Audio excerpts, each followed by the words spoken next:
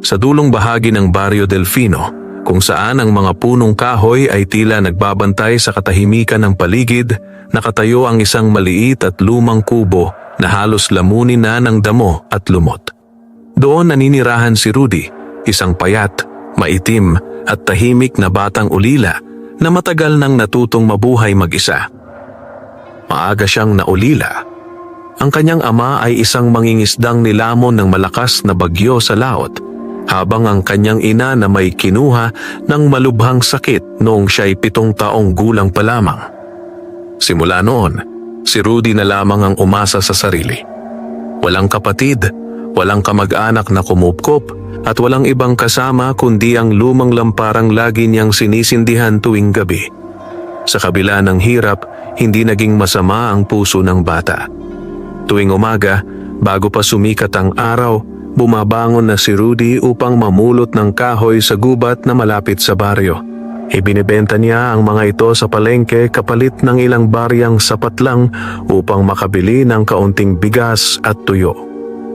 Payak ang kanyang buhay, ngunit marangal. Kilala siya ng mga taga-baryo bilang tahimik ngunit masipag na bata. Ngunit may isang bagay na matagal nang iniiwasan ng mga tao, ang masukal na bahagi ng gubat sa likod ng Barrio Delfino. Ayon sa matatanda, iyon daw ang dating tirahan ng mga nilalang na hindi nakikita ng karaniwang mata. Marami na raw ang nakarinig ng mga bulong sa hangin, mga yapak sa gabi, at mga matang kumikislap sa dilim. Kaya naman mahigpit ang bilin ng mga magulang sa kanilang mga anak. Huwag na huwag lalapit doon pagsapit ng dapit hapon. Alam ito ni Rudy. Ngunit sa buhay na puno ng pangangailangan, ang takot ay madalas kailangang isantabi. Isang hapon, habang papalubog na ang araw at ang kalangitan ay kulay kahel na, napadpad si Rudy sa mas malalim na bahagi ng gubat kaysa sa dati. Kaunti na lamang kasi ang tuyong kahoy sa karaniwang lugar na pinupuntahan niya. Kaunti na lang, tapos uuwi na ako. Mahina niyang bulong sa sarili habang pinupulot ang mga sanga. Tahimik ang paligid. Masyadong tahimik. Ni huni ng ibon ay halos wala. Humakbang pa siya papaloob, dala ang kanyang bayong na kalahati pa lamang ang laman. Ngunit bigla, napahinto si Rudy. May narinig siyang mahinang ungol. Parang may nasasaktan. Nanlaki ang kanyang mga mata. Saglit siyang kinabahan. Naalala niya ang mga babala ng matatanda. Ang normal na bata ay marahil tatakbo na pauwi. Ngunit si Rudy ay sanay sa hirap at sanay makinig sa tawag ng nangangailangan. Dahan-dahan siyang lumapit sa direksyon ng tunog, maingat ang bawat hakbang. Habang papalapit siya sa isang malaking punong balete, lalo niyang naririnig ang mahinang daing. Hanggang sa tuluyan niyang makita ang pinagmumulan nito. Napasinghap ang bata. Sa paanan ng punong balete ay may nakahandusay na isang nilalang, hindi tao at hindi rin hayop. Isa itong engkanto. Maputla ang balat nito na tila kumikislap sa dapit hapon. Mahaba ang buhok na kulay pilak at suot ang damit na tila hinabi sa manipis na dahon at liwanag.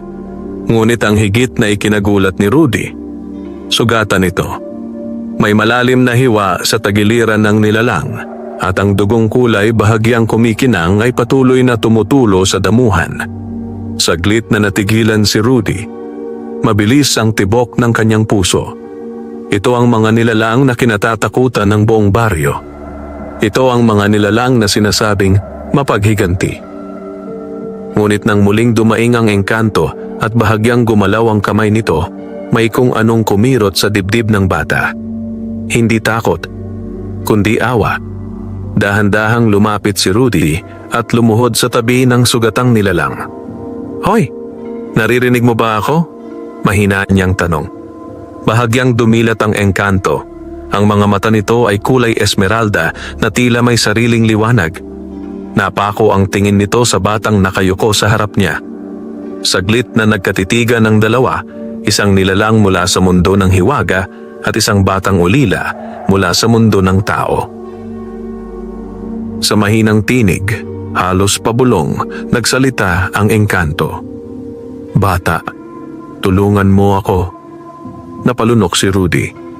Alam niyang sa sandaling iyon, magbabago ang takbo ng kanyang payak na buhay sa Barrio Delfino. At kahit hindi niya pa alam kung gaano kalaki ang kapalit, iniabot niya ang kanyang kamay. Nanatiling nakaluhod si Rudy sa tabi ng sugatang engkanto habang ang hangin sa paligid ay tila lalong lumamig. Hindi pa rin siya lubos makapaniwala sa kanyang nasasaksihan, ngunit malinaw sa kanyang puso ang isang bagay: kung pababayaan niya ang nilalang na ito, tiyak na mamamatay ito. Maingat niyang sinilip ang sugat sa tagiliran ng engkanto. Malalim at patuloy na dumadaloy ang kakaibang dugong may bahagyang kislap. "Sandali, tutulungan kita," mahinang sabi ni Rudy, bagaman nanginginig ang kanyang boses. Saglit na pumikit ang engkanto, tila nauubusan ng lakas. Napansin ni Rudy na bahagya ng nalalabo ang liwanag sa mga mata nito. Kung may gagawin man siya, kailangan na agad. Mabilis na hinubad ni Rudy ang punit niyang panyo na nakatali sa kanyang baywang. Pinunit niya ito sa gitna at dahan-dahang idiniin sa sugat ng engkanto. Bahagyang napangiwi ang nilalang. "Pasensya na," bulong ng bata habang maingat na tinatali ang pansamantalang benda. Ilang sandali ang lumipas. Unti-unting bumagal ang pag-agos ng dugo. Napabuntong hininga si Rudy, ngunit alam niyang hindi yon sapat. "Hindi ka pwedeng manatili dito," sabi niya habang palingalinga sa paligid. "Kapag may nakakita sa'yo." Hindi na niya tinapos ang pangungusap. Alam ng lahat sa Barrio Delfino kung ano ang ginagawa ng mga tao sa mga nilalang na hindi nila nauunawaan. Dahan-dahang dumilat muli ang engkanto. Mas malinaw na ngayon ang titig nito, bagaman halatang nanghihina pa rin. "Bata," mahina nitong sabi, "bakit mo ako tinutulungan?" Natigilan si Rudy. Hindi niya agad nasagot ang tanong. Sa totoo lang, hindi rin niya alam. Saglit siyang yumuko bago marahang sumagot. "Kasi nasasaktan ka." Simple. Diretso. Walang halong pag-aalinlangan. Sa unang pagkakataon, may kakaibang emosyon na dumaan sa mukha ng engkanto, tila gulat. At kung pagmamasdan ng mabuti, may bahid ng pagkalambot. Tahimik ang paligid ng ilang sandali. Pagkatapos ay muli itong nagsalita. "Hindi ako ligtas dito. May humahabol sa akin." Biglang kumabog ang dibdib ni Rudy. "Sino?" Saglit na nagatubili ang engkanto bago sumagot. "Mga tao, at hindi lang basta tao." Lalong kumunot ang noo ni Rudy. Ngunit bago pa siya makapagtanong muli, napansin niyang bahagyang nanginginig ang katawan ng engkanto. Nauubos na ang lakas nito. Mabilis siyang nagpasya. "Halika," sabi niya. "Dadaling kita sa kubo ko." Bahagyang nanlaki ang mga mata ng engkanto. "Bata, delikado para sa'yo." "Wala akong ibang kasama," putol ni Rudy.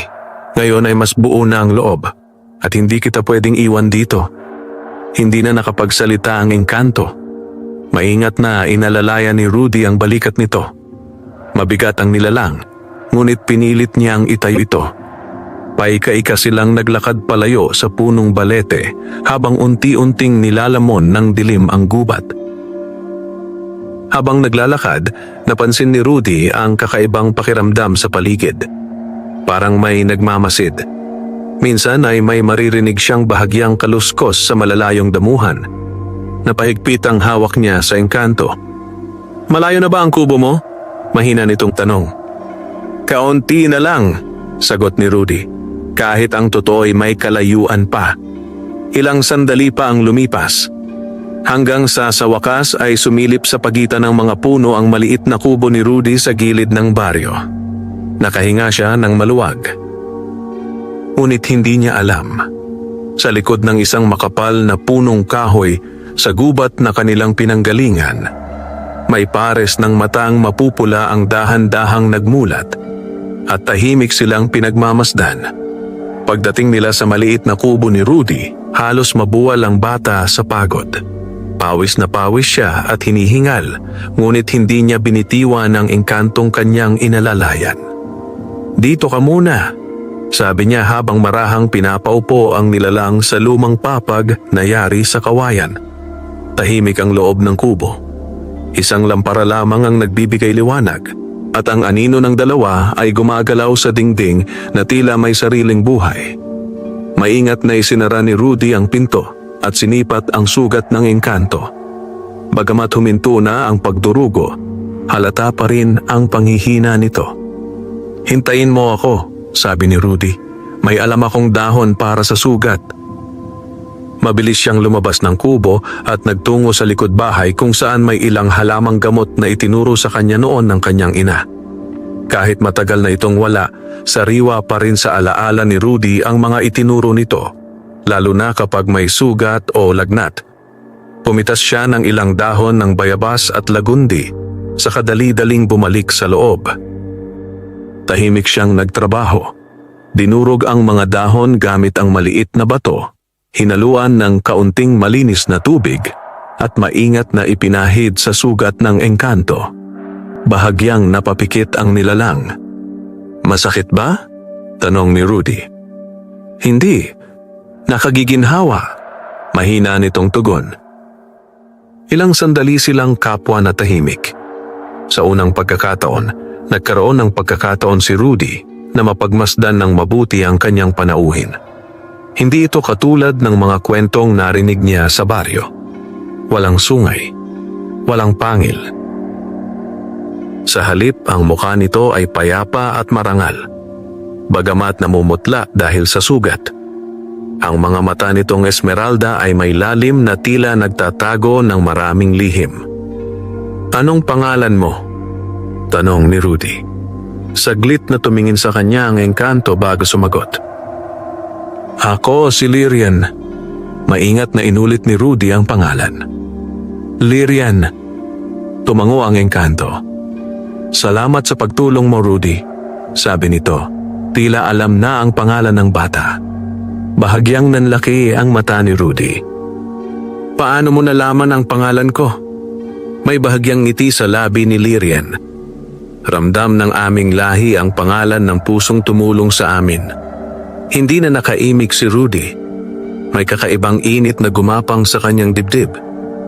Ngunit bago pa siya makapagsalita muli, may narinig silang kaluskos sa labas ng kubo. Pareho silang napalingon sa pinto.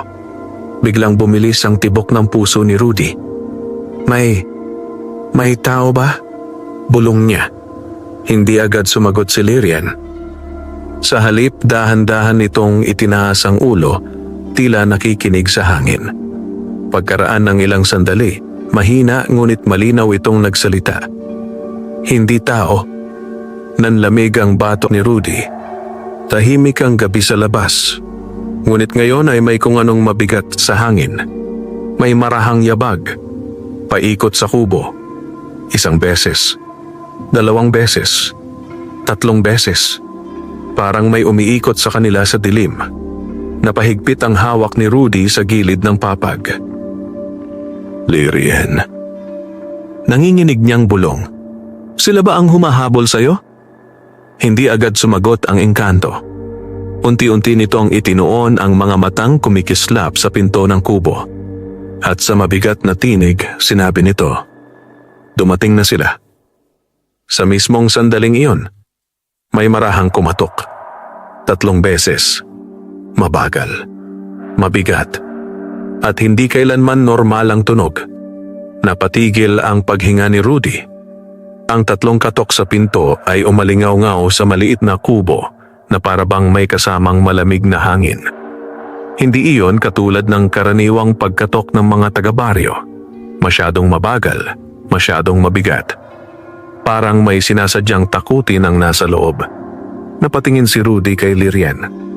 Ang engkanto ay nakatitig sa pinto, naniningkit ang mga matang Esmeralda. Bagamat sugatan, may kakaibang tensyon sa kanyang katawan. "Rudy," mahina ngunit maring sabi ni Lyrian, "huwag mong bubuksan." Napalunok ang bata.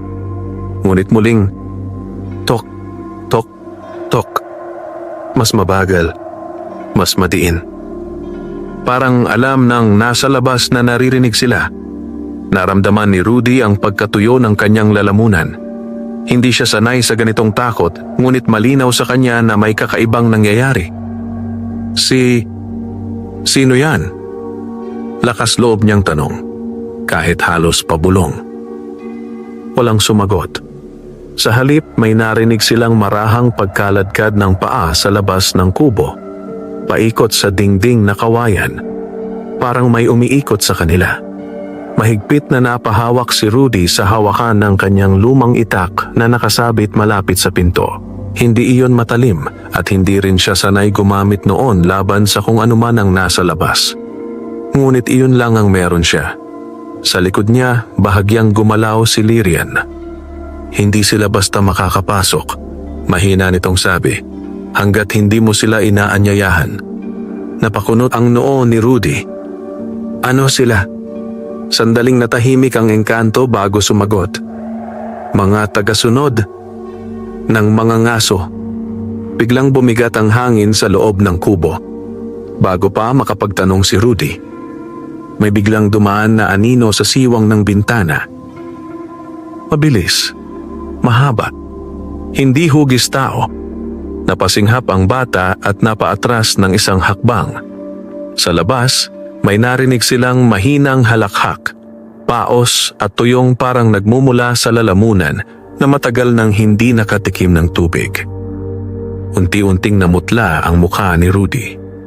Lyrian!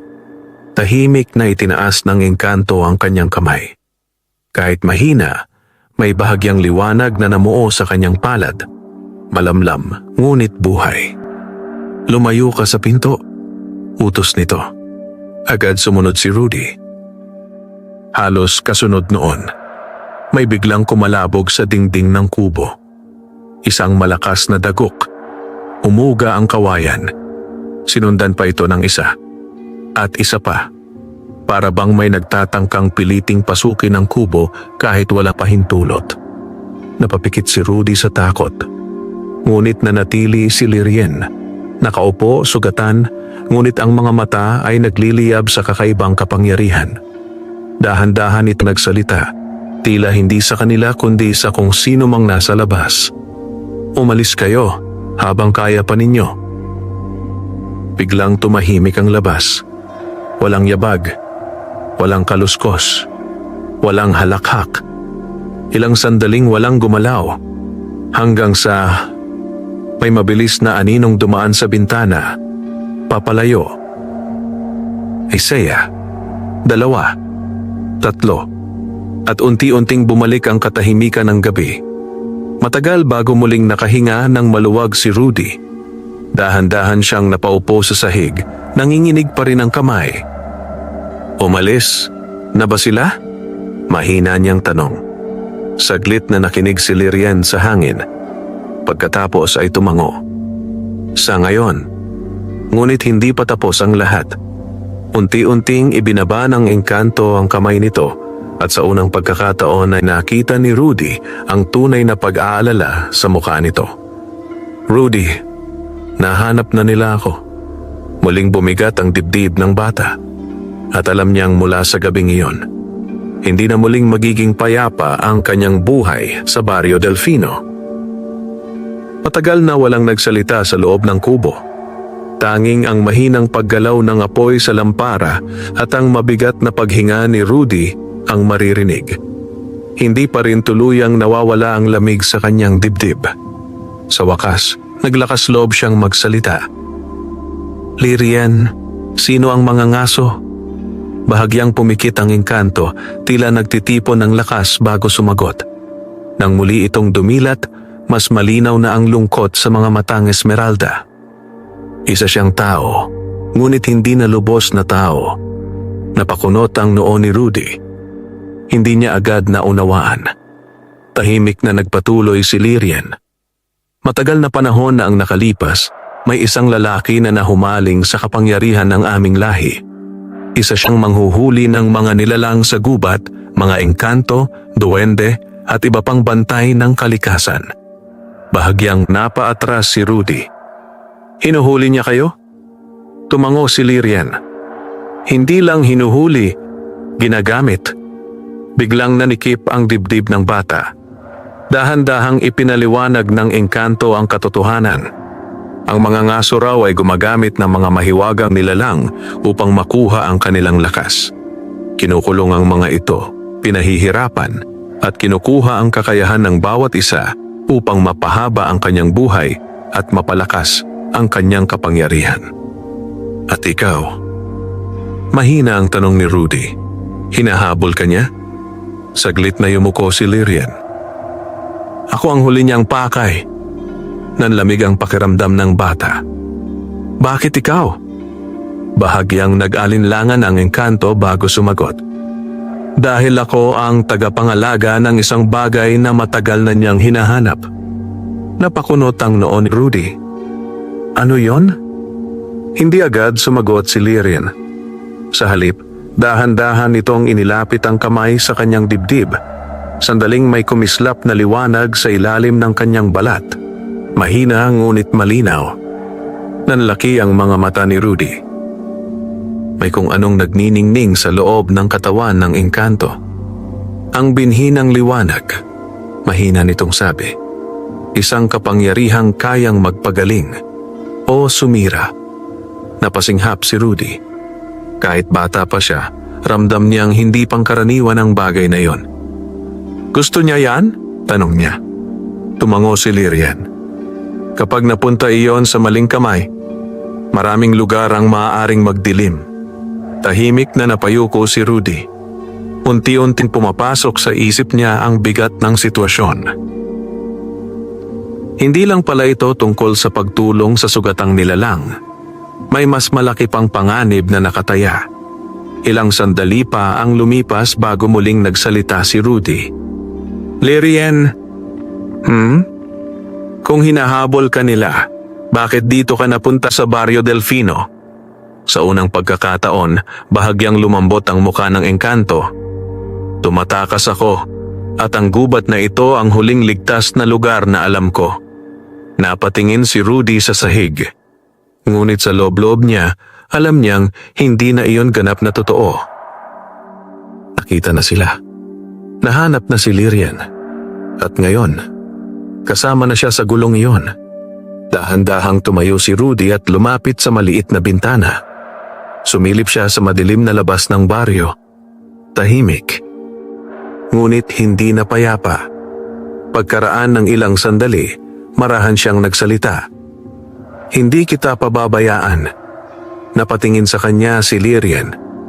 May malinaw na determinasyon sa mukha ng batang kanina lang ay takot na takot. Ikaw ang unang humingi ng tulong sa akin, dugtong ni Rudy. At hindi ako marunong tumalikod. Saglit na natahimik ang engkanto. Sa kauna-unahang pagkakataon, ngumiti ito ng totoo. Ngunit sa labas ng kubo, sa kailaliman ng dilim, may isang pares ng matang nag-aapoy ang dahan-dahang nagmulat at ang mga ngaso ay papalapit na.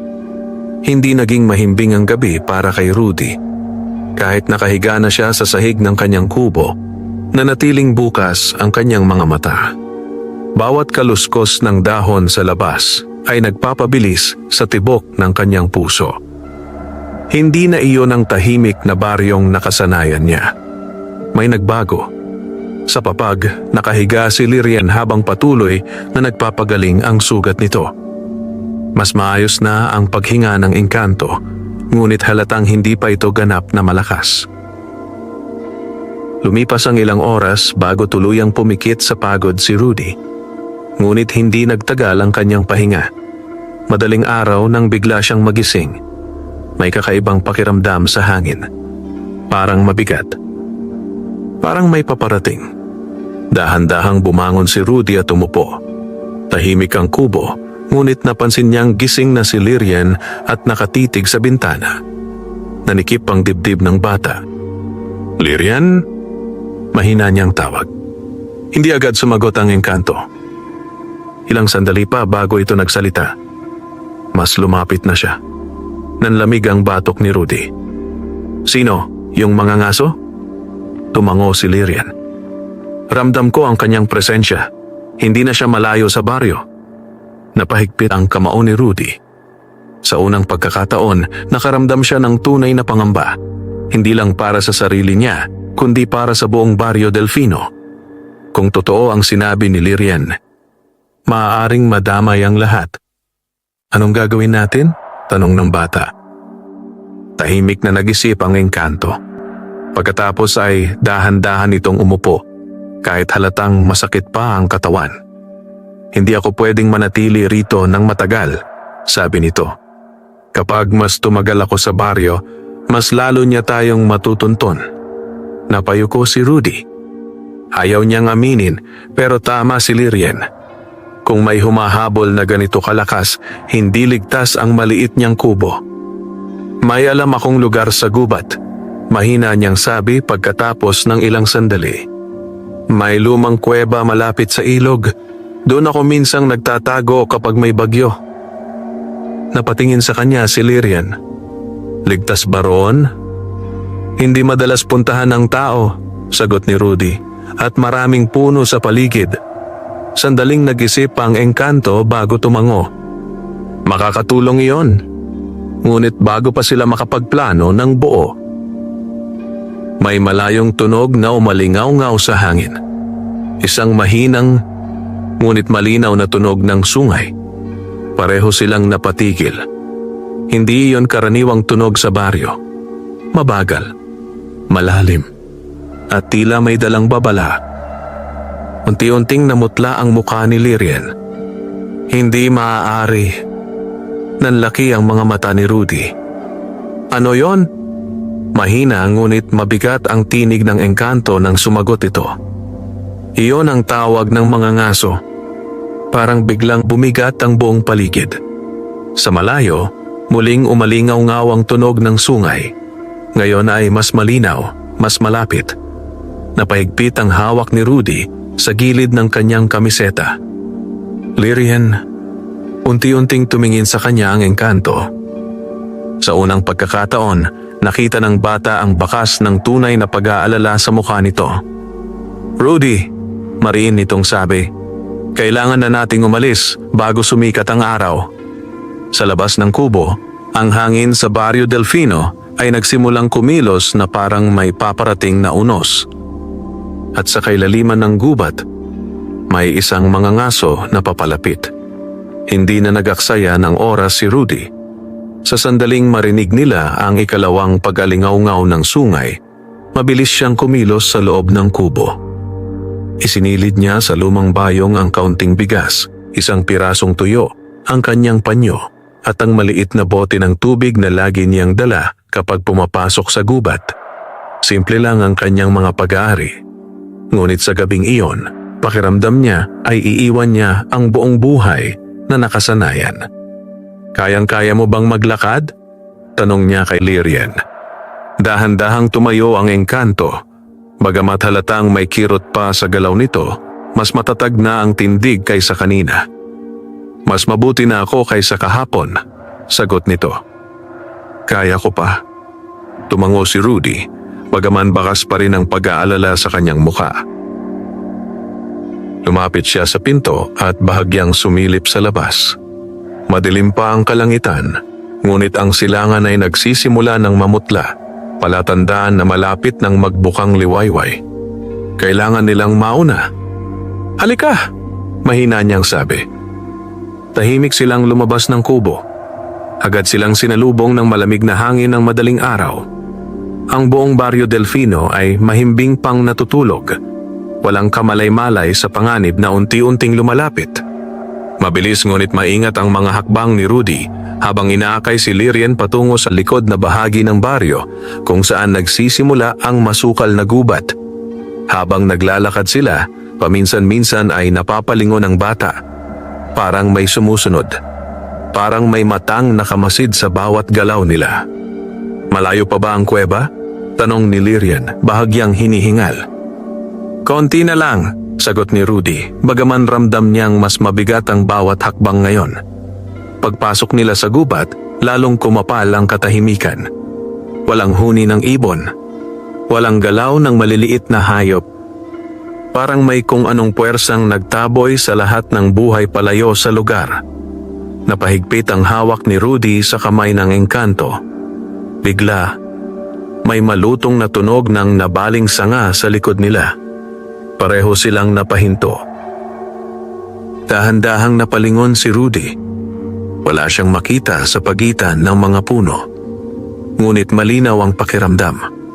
May kasama sila sa gubat. "Rudy!" bulong ni Lirian. Alam na agad ng bata ang ibig nitong sabihin. Muli silang naglakad. Ngayon ay mas mabilis. Mas nagmamadali. Hanggang sa wakas, sumilip sa pagitan ng mga punong kahoy ang bunganga ng maliit na kuweba na tinutukoy ni Rudy. "Doon!" mahina ngunit sabik niyang sabi. Halos patakbo silang lumapit. Pagpasok nila sa loob, agad na lumamig ang hangin. Tahimik at makipot ang kuweba, ngunit sapat upang maitago sila sa mata ng sinumang nasa labas. Maingat na pinaupo ni Rudy si Lirian sa isang patag na bato. "Magpahinga ka muna," sabi niya habang hinihingal.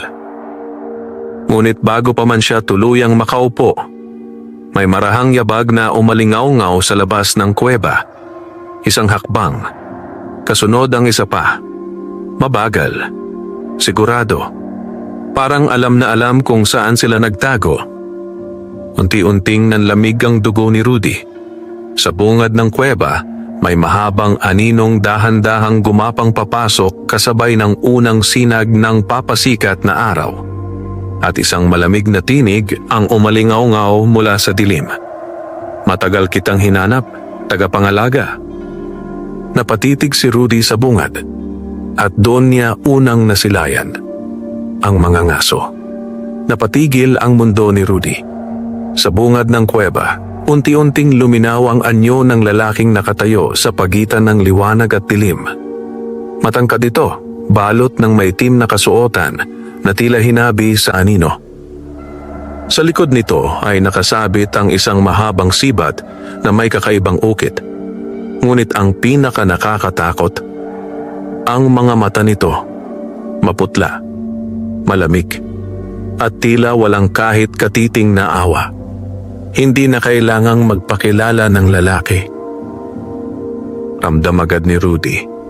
Ito ang mga ngaso. "Lirian," malamig na sabi ng lalaki. "Natagpuan din kita." Bahagyang gumalaw si Lirian sa likod ni Rudy. Kahit sugatan, pilit nitong itinuwid ang sarili. "Umalis ka, Vargan," mariin nitong tugon. "Hindi mo makukuha ang hinahanap mo." Nanikip ang dibdib ni Rudy sa narinig na pangalan. Vargan. Marahang ngumiti ang mga ngaso. Isang ngiting walang init. "Ganyan ka pa rin," sabi nito. "Matapang, kahit paubos na ang lakas." Napahigpit ang kamao ni Rudy. Hindi niya alam kung ano ang dapat gawin, pero isang bagay ang malinaw sa kanya. Hindi niya hahayaang basta kunin si Lirian. Dahan-dahan siyang humakbang pasulong, bahagyang hinaharangan ng engkanto. "Hindi ka pwedeng lumapit," nanginginig ngunit matapang niyang sabi. Saglit na natahimik si Vargan. Pagkatapos, mahina itong natawa. "Isang bata?" Malamig nitong wika. "Ito ang ipinagkakatiwala mo sa sarili mo? Tagapangalaga?" Namula ang tenga ni Rudy, pero hindi siya umatras. "Umalis ka na," ulit niya. "Ngayon ay mas buo ang loob. Wala kang makukuha dito." Sa unang pagkakataon, bahagyang nagbago ang ekspresyon ni Vargan. Hindi galit, kundi interes. "Matapang," bulong nito. Pero hindi sapat ang tapang. Bigla itong kumilos. Mabilis. Halos hindi nakita ni Rudy ang galaw. Isang malakas na hangin ang dumaan sa kuweba at napaatras ang bata ng 2 hakbang. Napahawak siya sa lupa upang hindi tuluyang matumba. "Rudy!" sigaw ni Lirian. Ngunit bago pa makalapit ang mga ngaso, biglang kumislap ang dibdib ni Lirian. isang malakas na liwanag ang sumabog mula sa katawan ng engkanto. Napahinto si Vargan. Naningkit ang mga mata nito. Ang binhi ng liwanag, mahina nitong sabi. Humihingal si Lyrian habang ang mahinang ningning ay patuloy na pumapalibot sa kanya. Hindi ito sapat upang umatake, ngunit malinaw na sapat upang hadlangan ang mga ngaso sa sandaling iyon. Umalis ka, pilit na sabi ng engkanto. Ngunit ngumiti lamang si Vargan. Isang malamig, tiyak na ngiti. Hindi pa ngayon, sabi nito. Dahan-dahan itong umatras patungo sa bungad ng kuweba. Bago tuluyang maglaho sa liwanag ng umaga, muli nitong itinuon ang tingin kay Rudy. At ikaw, bata, babalikan kita. Pagkatapos ay nawala ito sa pagitan ng mga puno. Muling bumagsak ang katahimikan sa kuweba. Napasinghap si Rudy at agad lumapit kay Lyrian. Lyrian, ayos ka lang ba? Ngunit nang makita niya ang engkanto, nanlaki ang kanyang mga mata. Mas maputla ito kaysa kanina. At ang liwanag sa dibdib nito ay unti-unting kumukupas. Agad na lumuhod si Rudy sa tabi ni Lyrian. Lyrian! Lyrian! Nanginginig niyang tawag. Halos hindi na makapagsalita ang engkanto. Mabagal ang paghinga nito at ang dating malinaw na liwanag sa dibdib ay kumukupas na parang ilaw na nauubusan ng langis. Nanikip ang dibdib ni Rudy. Anong nangyayari sa'yo? Halos pabulong niyang tanong. Marahang dumilat si Lyrian. Ang mga matang esmeralda nito ay may bakas ng pagod. Ginamit ko ang natitirang lakas ko. Mahina nitong sagot. Biglang nakaramdam ng matinding kaba ang bata. Ibig mong sabihin, dahil doon kay Vargan, bahagyang tumango ang engkanto. Hindi pa ako ganap na magaling, pero kinailangan kong pigilan siya. Napayo ko si Rudy, mariing kumuyom ang kamao. Kung hindi dahil sa kanya, kung hindi niya dinala si Lyrian sa baryo. Ngunit agad niyang inalis ang isip na iyon. Hindi ito ang oras para sa pagsisisi. Mabilis siyang tumayo at naghahanap sa loob ng kuweba. May maliit na batis na tumutulo sa isang sulok. Naalala niyang minsan na siyang uminom doon kapag nagtatago siya rito. Agad siyang kumuha ng tubig sa maliit niyang bote at bumalik kay Lyrian. Uminom ka muna, sabi niya. Maingat niyang inalalayan ang ulo ng engkanto habang pinaiinom ito. Bahagyang gumaan ang paghinga ni Lyrian, ngunit halata pa ring nanghihina ito. Tahimik ang kuweba sa loob ng ilang sandali. Pagkatapos ay mahina muling nagsalita ang engkanto. Rudy, nakinig ka ba sa sinabi ni Vargan? Tumango ang bata. Oo. Babalik siya. Muling bumigat ang dibdib ni Rudy. Alam na niya iyon kahit hindi sabihin. Gaano katagal bago siya bumalik? Tanong niya. Sandaling nag-isip si Lyrian. Hindi ko tiyak. Pero hindi siya maghihintay ng matagal. Napahigpit ang hawak ni Rudy sa bote. Kung ganoon, kailangan nilang kumilos.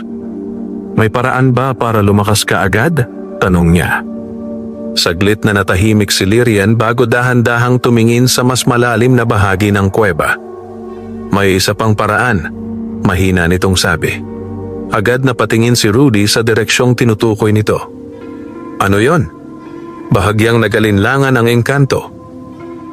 Sa kaloob-looban ng gubat, may isang lumang sagradong bukal. Doon muling napapalakas ang aming lahi. Nanlaki ang mga mata ni Rudy. Malayo ba yun? Hindi gaanong malayo, sagot ni Lyrian. Pero hindi nito tinapos ang pangungusap. Kaso ano? Tanong ni Rudy. Dahan-dahang huminga ang engkanto. Binabantayan niyon. Nanlamig ang batok ng bata. Ang sino? Mahina ngunit malinaw ang sagot ni Lyrian. Na mga nilalang na hindi kumikilala ng tao. Saglit na natahimik si Rudy. Alam niyang delikado. Alam niyang maaaring hindi sila basta papasukin.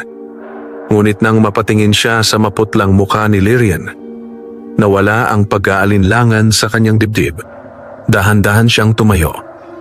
"Pupunta tayo roon," mariin niyang sabi.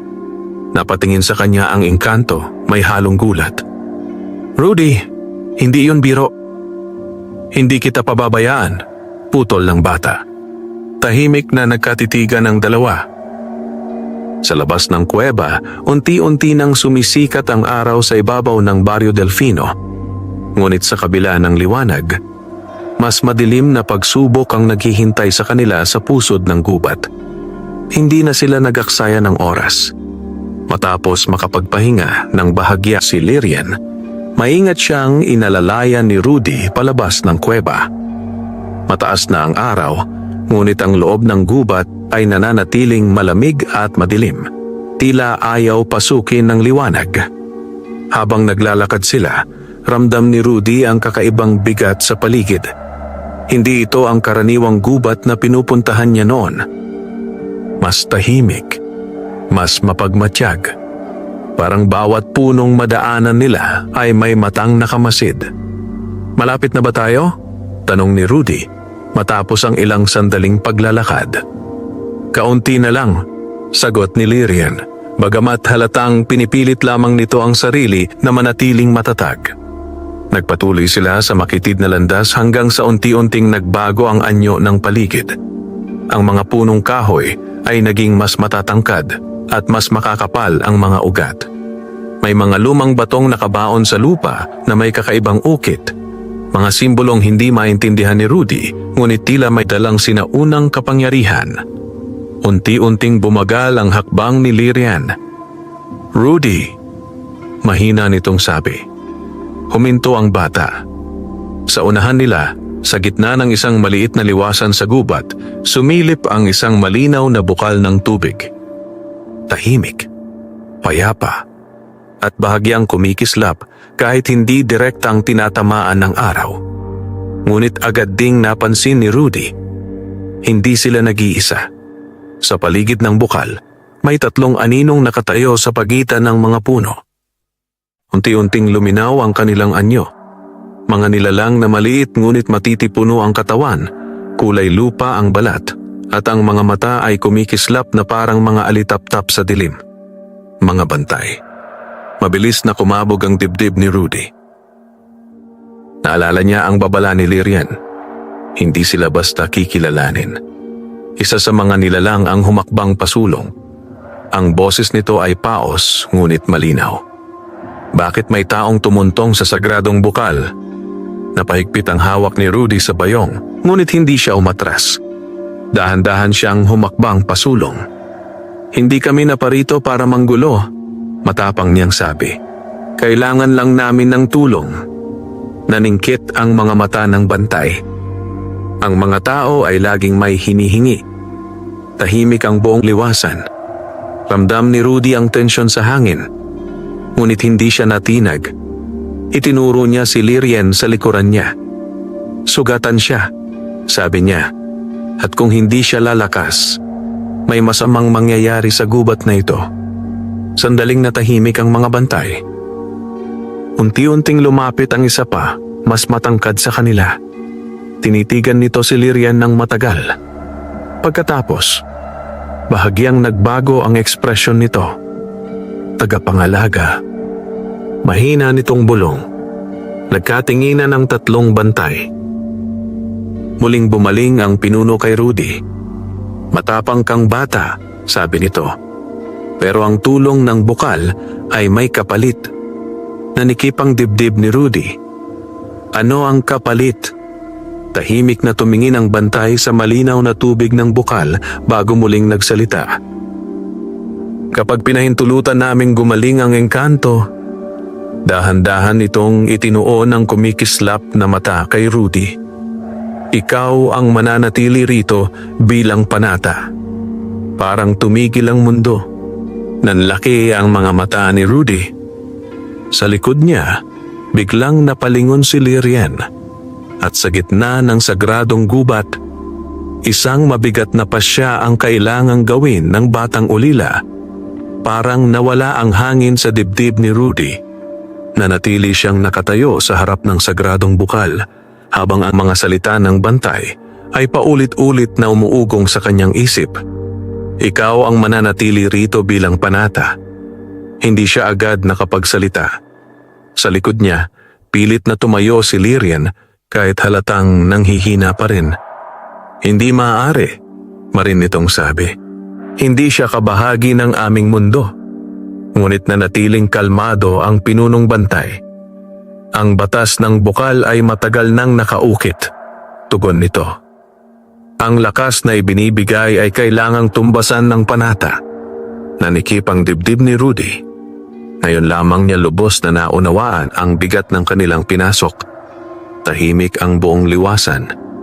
Ang hangin ay tila huminto sa paggalaw habang hinihintay ang kanyang sagot.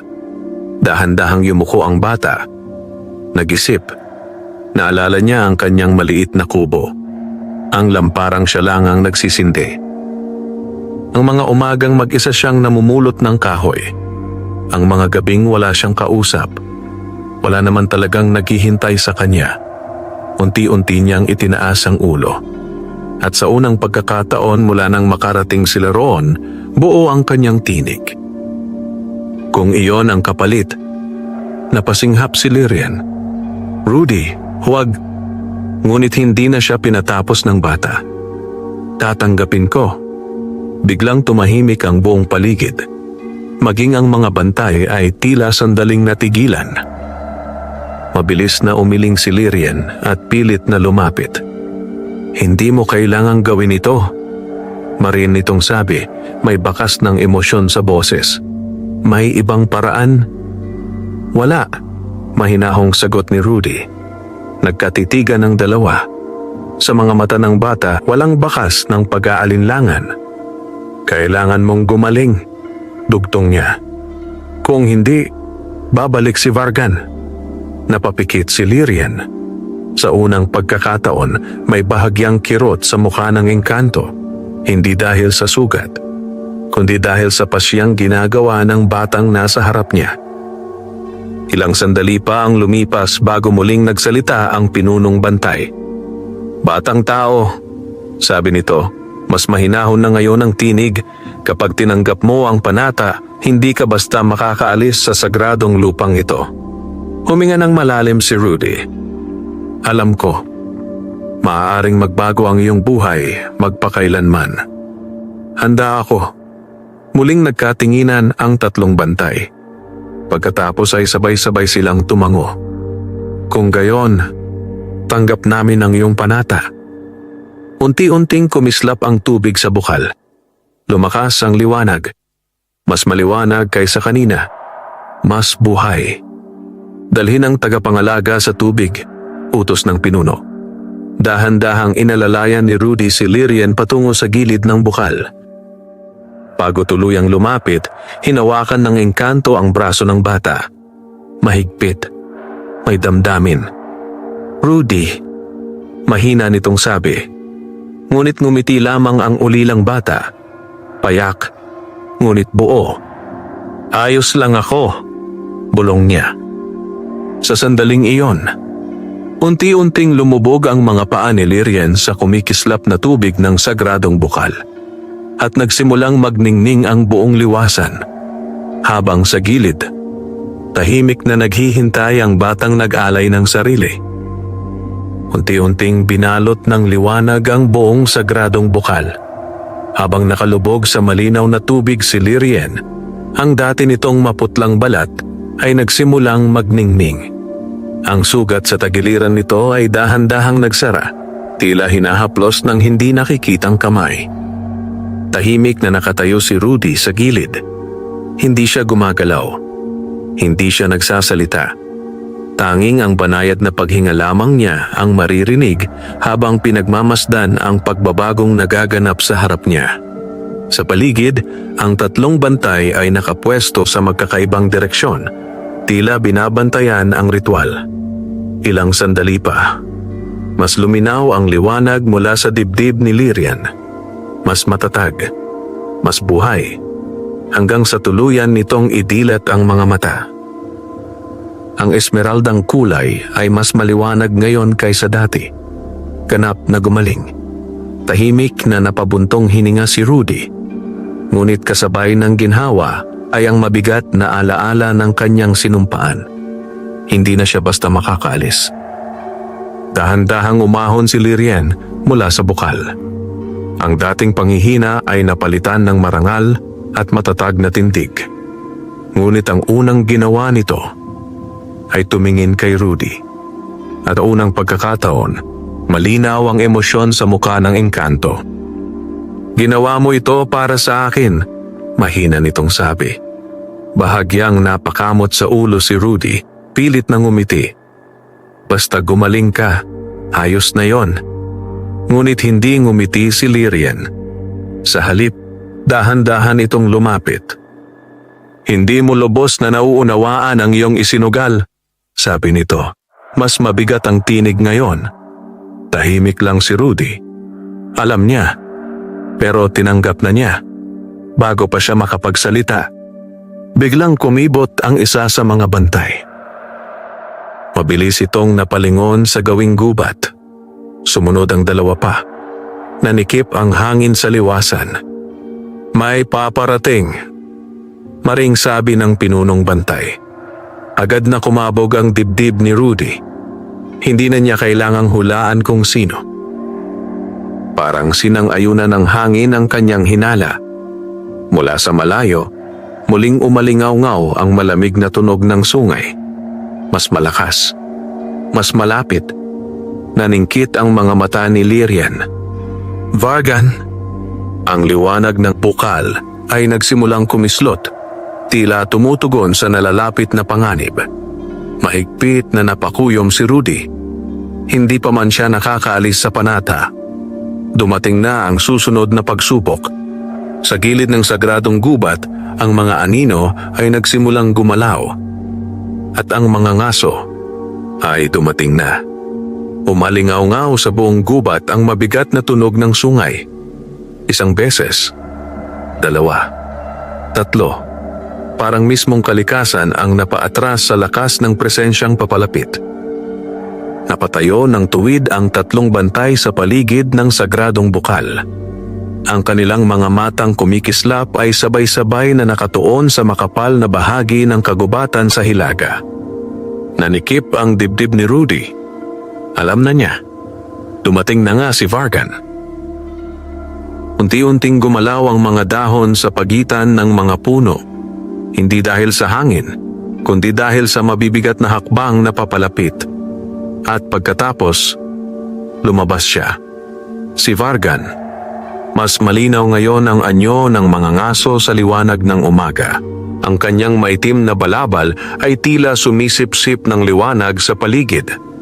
Ang sibat sa kanyang likod ay may mahinang pulang kislap, parang may sariling buhay. Ngunit ang kanyang mga mata, diretsong nakatuon kay Lirian. At sa wakas, malamig niyang sabi, "Natagpuan ko rin ang bukal." Agad na humakbang pasulong ang pinunong bantay. "Hindi ka maaaring tumuntong sa sagradong lupang ito, mga ngaso." Bahagyang tumagilid ang ulo ni Vargan. "At sino ang pipigil sa akin?" tanong nito. Kalmado ngunit may nakatagong banta. Biglang nagningning ang mga ukit sa lupa sa paligid ng bukal. Isang bilog ng sinaunang kapangyarihan ang nabuo. Mahigpit na napalunok si Rudy. Ramdam niya ang panginginig ng hangin. Ngunit hindi umurong si Vargan. Sa halip, marahan siyang ngumiti. "Akala ninyo, hindi ko ito napaghandaan?" Bigla niyang itinaas ang kamay. Sa isang iglap, may tatlong aninong sumulpot sa likod niya. Mga nilalang na hugis tao, ngunit baluktot ang galaw, may mapupulang matang nagliliyab sa gutom. Nanlamig ang batok ni Rudy. "Mga tagasunod, harangin ninyo sila," utos ni Vargan. Sa isang kisap mata, sumugod ang mga anino patungo sa mga bantay. Sumabog ang liwanag at dilim sa gitna ng liwasan. Nagbanggaan ang dalawang puwersa. Umalingaw-ngaw ang gubat sa lakas ng sagupaan. Napaatras si Rudy at muntik nang matumba. Ngunit bago pa siya tuluyang mawalan ng balanse, may kamay na humawak sa kanyang balikat. Si Lirian. Ganap na nagliliyab ang kanyang anyo ngayon, mas maliwanag kaysa dati. "Rudy," mariin nitong sabi, "manatili ka sa likod ko." Ngunit bago pa sila makakilos, biglang nawala si Vargan sa kinatatayuan nito. Nanlaki ang mga mata ni Rudy. Nasaan siya? Isang malamig na boses ang bumulong sa kanyang likuran. "Hinahanap mo ba ako?" Nanigas ang bata. Dahan-dahan siyang napalingon. At doon, sa likod mismo niya, nakatayo si Vargan. Parang tumigil ang mundo ni Rudy. Sa likod mismo niya ay nakatayo si Vargan. Malapit na malapit. Ramdam ng bata ang malamig na presensya nito na tila sumisipsip ng init sa paligid. Hindi siya agad makagalaw. Hindi siya agad makasigaw. Ang tanging maririnig ay ang malakas na tibok ng kanyang puso. Dahan-dahang yumuko si Vargan upang pantayan ang kanyang taas. Ang maputla nitong mga mata ay walang anumang emosyon habang tinititigan ng bata. "Matapang ka," malamig nitong sabi. "Pero hanggang saan ang kaya mong isugal?" Mahigpit na napakuyom ang kamao ni Rudy. Natatakot siya. Oo, pero hindi siya uurong. Bago pa makalapit ang mga ngaso, biglang sumiklab ang liwanag sa pagitan nila. "Lumayo ka sa kanya!" Mabilis na sumingit si Lyrian sa harap ni Rudy. Ang buong katawan ng engkanto ay nagliliyab sa malinaw na liwanag at ang hangin sa paligid ay tila umalon sa lakas ng kapangyarihan nito. Napaatras si Vargan ng kalahating hakbang. Bahagyang. Ngunit napansin iyon ni Rudy. May epekto si Lyrian. Naningkit ang mga mata ng mga ngaso. "Mas malakas ka na ngayon," sabi nito. "Salamat sa bata." Mas lalong humigpit ang panga ni Lyrian. Hindi mo siya mahahawakan. Tahimik ang liwasan sa loob ng isang iglap, bagamat patuloy ang sagupaan ng mga bantay at mga anino sa di kalayuan. Pagkatapos, biglang kumilos si Vargan. Mabilis. Mas mabilis kaysa dati. Isang maitim na alon ang kumawala mula sa kanyang kamay at rumagasa patungo kay Lyrian. Ngunit handa na ang engkanto. Itinaas nito ang kamay. Sumabog ang liwanag. Nagbanggaan ang dalawang puwersa sa gitna ng liwasan. Umalingaw-ngaw ang lupa. Napaatras si Rudy at napaupo sa damuhan. Tinakpan ang mukha sa tindi ng hangin.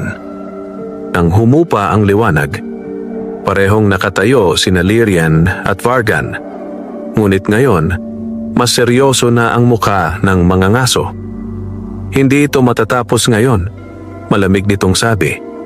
Dahan-dahan nitong itinuon ang tingin kay Rudy.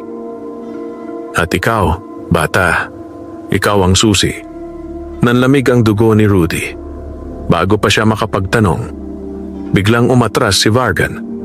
Isang hakbang, dalawa, at sa isang kisap mata, nilamon siya ng mga anino ng gubat. Kasabay nito, ang natitirang mga tagasunod ay naglaho na parang usok. Unti-unting bumalik ang katahimikan sa sagradong bukal. Humihingal si Rudy. Humihingal din si Lyrian, bagamat matatag pa rin ang tindig nito. Maya-maya, dahan-dahang lumapit ang pinunong bantay. "Umalis muna siya," sabi nito. "Pero babalik." Alam yun ni Rudy. Ramdam niya. Dahan-dahang napatingin sa kanya si Lyrian. Sa unang pagkakataon mula nang magsimula ang lahat, may malinaw na pag-aalala sa boses nito. "Rudy, hindi ka naligtas." Tahimik na napayuko ang bata. Dahil sa puso niya, alam niyang tama ang engkanto. Matagal na walang nagsalita sa sagradong liwasan. Unti-unting humupa ang tensyon sa hangin, ngunit ang bigat ng mga nangyari ay nanatiling nakasabit sa dibdib ni Rudy. Nakaupo pa rin siya sa damuhan, tahimik na nakatitig sa lupa. Hindi naligtas. Paulit-ulit na umuugong sa isip niya ang sinabi ni Lyrian. Dahan-dahan siyang tumayo. Sa paligid, ang tatlong bantay ay nagbalik sa kanilang pwesto, ngunit ngayon ay mas mapagmatyag ang kanilang mga mata. Ang bukal ay muli ng payapa, subalit ang liwanag nito ay tila mas matalim, parang naghahanda sa paparating na unos. Lumapit si Lyrian kay Rudy. Mas mahinahon na ang anyo nito ngayon, ngunit nananatiling mabigat ang ekspresyon. Rudy, marahan nitong sabi, simula nang tanggapin mo ang panata, nagbago na ang iyong landas. Napayuko ang bata. Dahil ba sa binhi ng liwanag? Tanong niya. Sandaling natahimik si Lyrian bago tumango. Hindi lamang dahil doon, sagot nito. Nararamdaman ni Vargan ang mga pusong may kakayahang sumuporta sa kapangyarihan ng bukal. Nanikip ang dibdib ni Rudy. Ano ang ibig mong sabihin? Dahan-dahang lumapit ang pinunong bantay. Batang tao, sabi nito, hindi lahat ay kayang tanggapin ang panata ng sagradong lupang ito. Napatingin si Rudy sa kanya. Ngunit ikaw, tinanggap ka ng bukal. Biglang kumabog ang puso niya. Hindi niya alam kung bakit, pero sa sandaling iyon ay may kakaibang init na gumapang sa kanyang dibdib. Kapareho ng pakiramdam noong unang kumislap ang liwanag mula kay Lyrian. Mahina siyang napahawak sa kanyang dibdib. Napansin iyon ni Lyrian. Naningkit ang mga mata ng engkanto. Hindi maaari. Unti-unti, may napakahinang liwanag na lumitaw sa ilalim ng balat ni Rudy. Banayad, ngunit malinaw. Nanlaki ang kanyang mga mata. Ano to? Tahimik ang buong liwasan. Ang tatlong bantay ay sabay-sabay na napatingin sa bata. At ang pinuno ay marahang nagsalita. Pinili ka ng bukal. Parang nanlamig at uminit ng sabay ang katawan ni Rudy. Pinili? Ako? Lumapit si Lyrian. May halong gulat at pag-aalala ang mukha nito. Rudy, ang ibig sabihin niyan. Huminga ng malalim ang engkanto bago tuluyang sinabi. Bahagi ka na ng bantay ng liwanag. Hindi agad nakaimik ang bata. Maliit lang ang mundo niya kahapon. Kubo. Kahoy. Tahimik na buhay. Ngayon, may liwanag na sa dibdib niya. At may mga ngaso na gustong kunin ang kapangyarihang iyon. Sa di kalayuan, muling umihip ang malamig na hangin sa kagubatan. At sa kung saan sa dilim, tahimik na naghihintay si Vargan. Hindi makapaniwala si Rudy sa kanyang nararamdaman. Nakatayo siya sa gitna ng sagradong liwasan, nakatitig sa sarili niyang mga kamay. Sa ilalim ng kanyang balat, may banayad na liwanag na dahan-dahang kumikislap, mahina ngunit malinaw.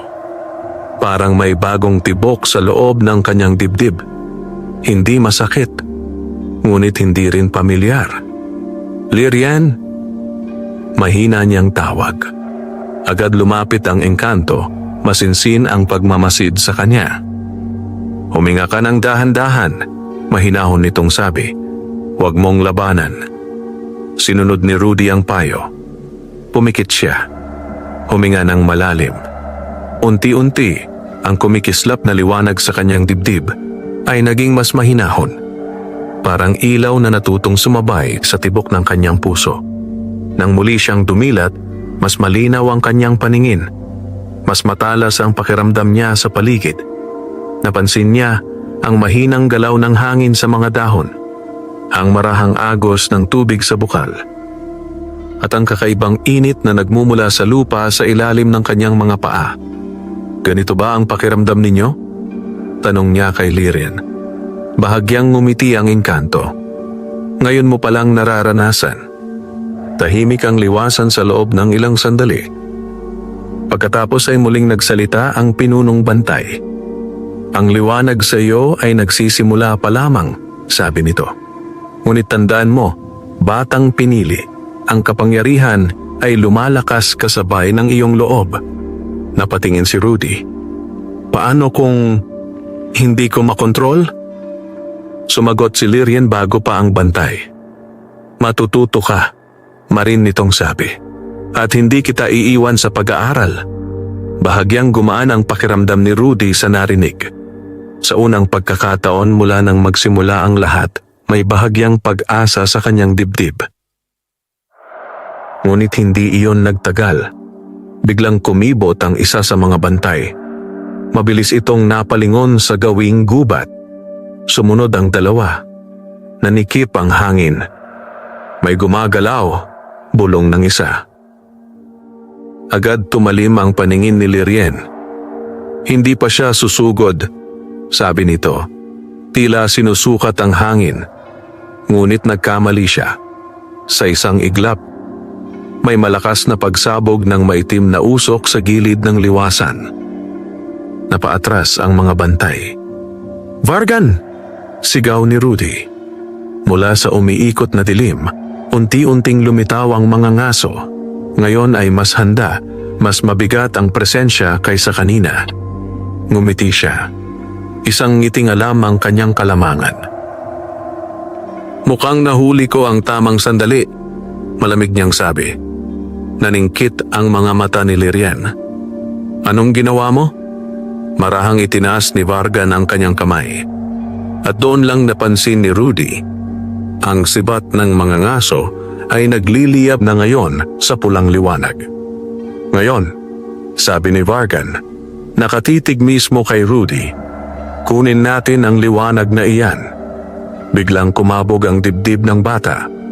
At sa unang pagkakataon, ramdam niyang siya na ang tunay na target. Parang nanigas ang mga paa ni Rudy. Sa harap nila, malinaw na malinaw ang titig ni Vargan, diretso sa kanya. Hindi na si Lirien ang pangunahing pakay ng mga ngaso. Siya na. Mahigpit na napalunok ang bata. Ngunit sa kabila ng takot na gumagapang sa kanyang dibdib, may kakaibang init na unti-unting lumalakas sa loob niya. Ang liwanag. "Kunin ninyo ang posisyon," sigaw ng pinunong bantay. Agad na kumilos ang tatlong bantay, pumwesto sa pagitan ng bukal at ni Vargan. Nagningning ang mga sinaunang ukit sa lupa, ngunit ngayon ay tila sinusukat ng mga ngaso ang kanilang depensa. Ngumiti si Vargan. "Akala ninyo, hindi ko alam ang galaw ng bukal?" Bigla niyang inihagis pasulong ang sibat. Napasinghap si Rudy. Ngunit hindi tumama ang sibat sa kahit sino. Sa halip, bumaon ito sa lupa sa gilid ng liwasan. Isang iglap ng katahimikan. Pagkatapos, sumabog ang pulang liwanag mula sa sibat. Umuga ang lupa. Napaatras ang dalawang bantay, habang ang bilog ng proteksyon sa paligid ng bukal ay kumislap at bahagyang nagbitak. Nanlaki ang mga mata ni Lirien. Sinisira niya ang harang. Biglang kumabog ang dibdib ni Rudy. Kung tuluyang mabasag ang proteksyon, wala nang pipigil kay Vargan. Mabilis na tumingin sa kanya si Lirien. "Rudy, makinig ka sa akin," mariin nitong sabi. "Kailangan mong pakawalan ang liwanag mo." Napatitig ang bata. "Hindi ko alam kung paano." "Ramdam mo yan," sagot ng engkanto. "Sundin mo ang tibok sa dibdib mo." Sa harap nila, patuloy na kumakalat ang pulang bitak sa lupa. Unti-unting lumalakas ang presensya ni Vargan. "Bilis!" sigaw ng pinunong bantay. Pumikit si Rudy. Huminga ng malalim. Sa gitna ng takot, hinanap niya ang init na kanina pa niya nararamdaman. Doon, sa dibdib niya, mahina, ngunit buhay. Huminga siya ulit, mas malalim, mas matatag. At pagkatapos, may kumislap.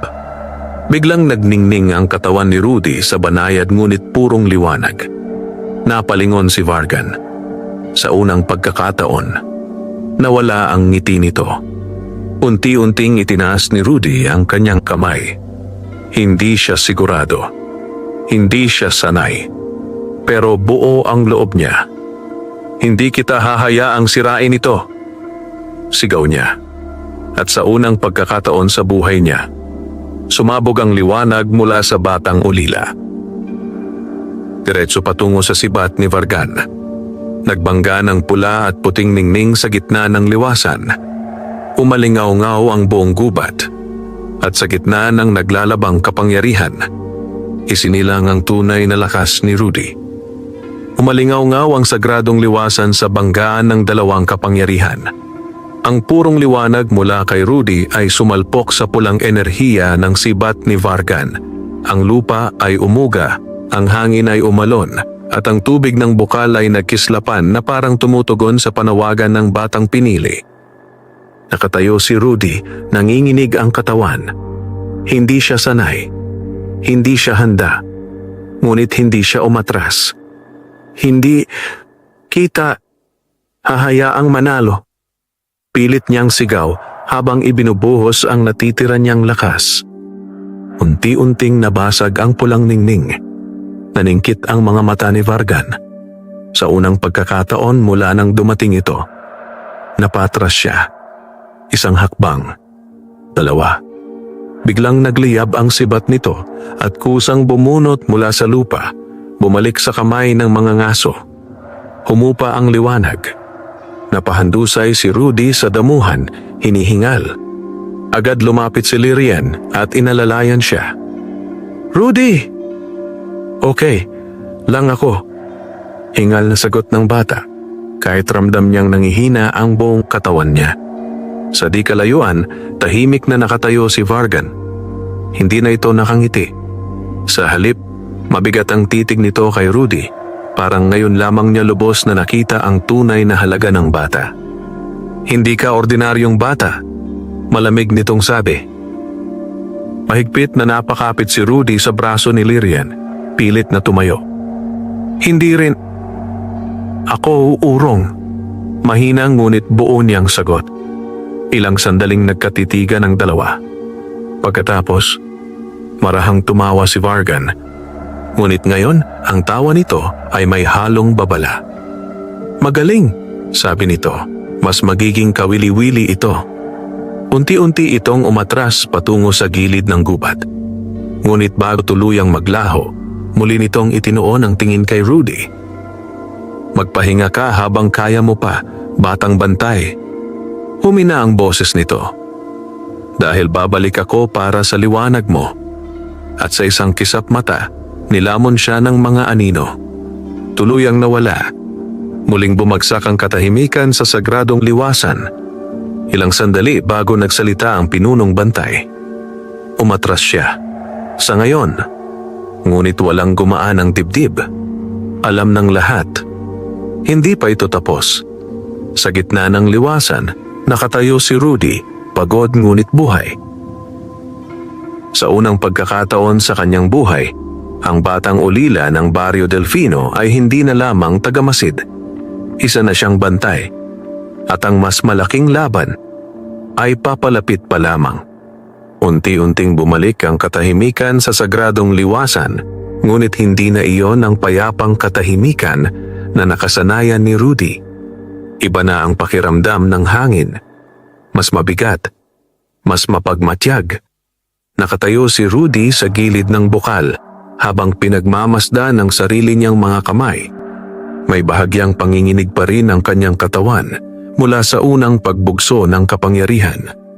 Hindi pa siya sanay. Hindi pa niya lubos na uunawaan. Ngunit malinaw na, hindi na siya ang dating batang namumulot lamang ng kahoy sa Barrio Delfino.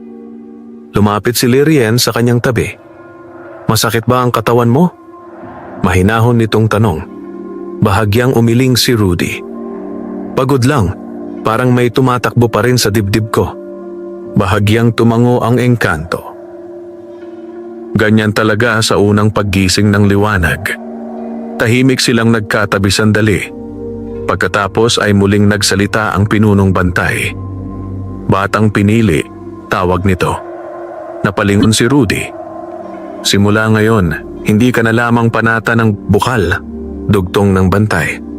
"Isa ka ng ganap na tagapagbantay ng liwanag."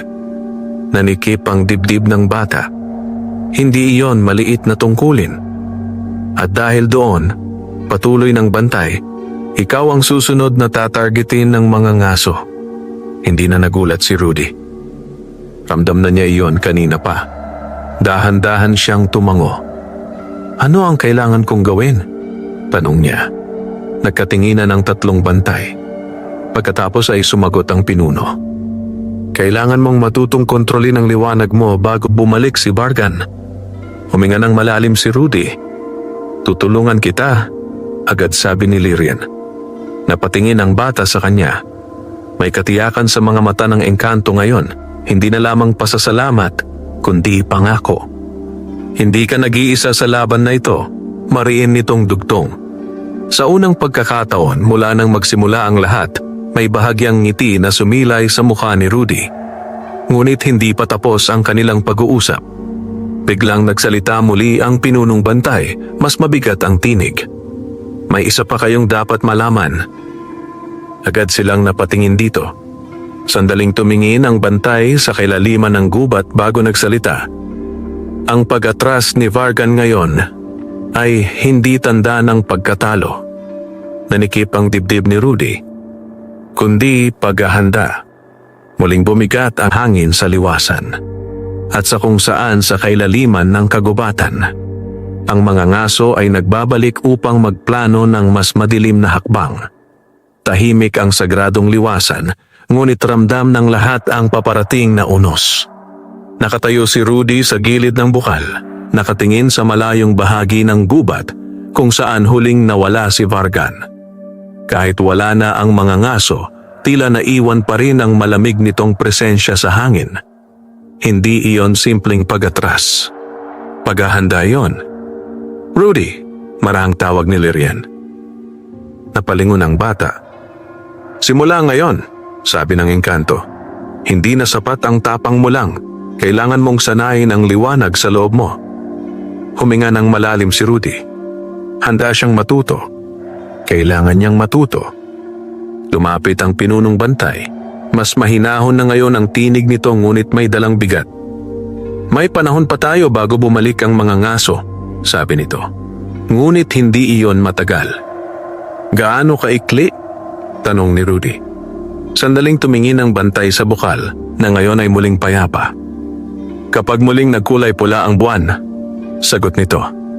Nanlamig ang batok ng bata. Pula. Ang buwan? Tumango si Lyrian. Kapag dumating ang pulang buwan, mas lumalakas ang kapangyarihan ng mga mangangaso ng aming lahi. Tahimik na napayuko si Rudy. May taning ang kanilang paghahanda. May oras na hinahabol. Dahan-dahan niyang itinaas ang ulo at sa pagkakataong ito ay mas matatag na ang kanyang mga mata. Kung ganon, sabi niya, magsimula na tayo. Sandaling natahimik ang tatlong bantay. Pagkatapos, bahagyang tumango ang pinuno. Matapang at handa. Lumapit si Lyrian at tumabi kay Rudy, nakatanaw din sa malawak na gubat. Sa malayo, unti-unting lumalalim ang anino sa pagitan ng mga puno. Parang may nagmamasid, naghihintay ng tamang sandali. Ngunit ngayon, hindi na nag-iisa ang batang ulila ng Barrio Delfino. Sa ilalim ng liwanag ng sagradong bukal, nagsisimula ang kanyang bagong landas bilang bantay. At sa pagsapit ng pulang buwan, doon magtatagpo ang liwanag at dilim sa kanilang pinakamapanganib na laban. Hindi na bumalik sa dati ang mga sumunod na araw sa sagradong liwasan. Sa ilalim ng matatandang puno at sa tabi ng kumikislap na bukal, nagsimula ang bagong buhay ni Rudy, hindi na bilang batang namumulot ng kahoy, kundi bilang baguhang bantay ng liwanag. Maaga pa lamang ay gising na siya. Tahimik ang paligid habang nakatayo siya sa gitna ng liwasan, nakapikit, pilit na inuulit ang itinuro ni Lyrian. Huminga ng dahan-dahan, mahinahong paalala ng engkanto mula sa kanyang likuran. Ang liwanag ay hindi pinipilit. Inaanyayahan. Sinunod ni Rudy ang utos. Isang malalim na hinga. 2, 3. Unti-unti niyang hinanap ang init sa loob ng kanyang dibdib.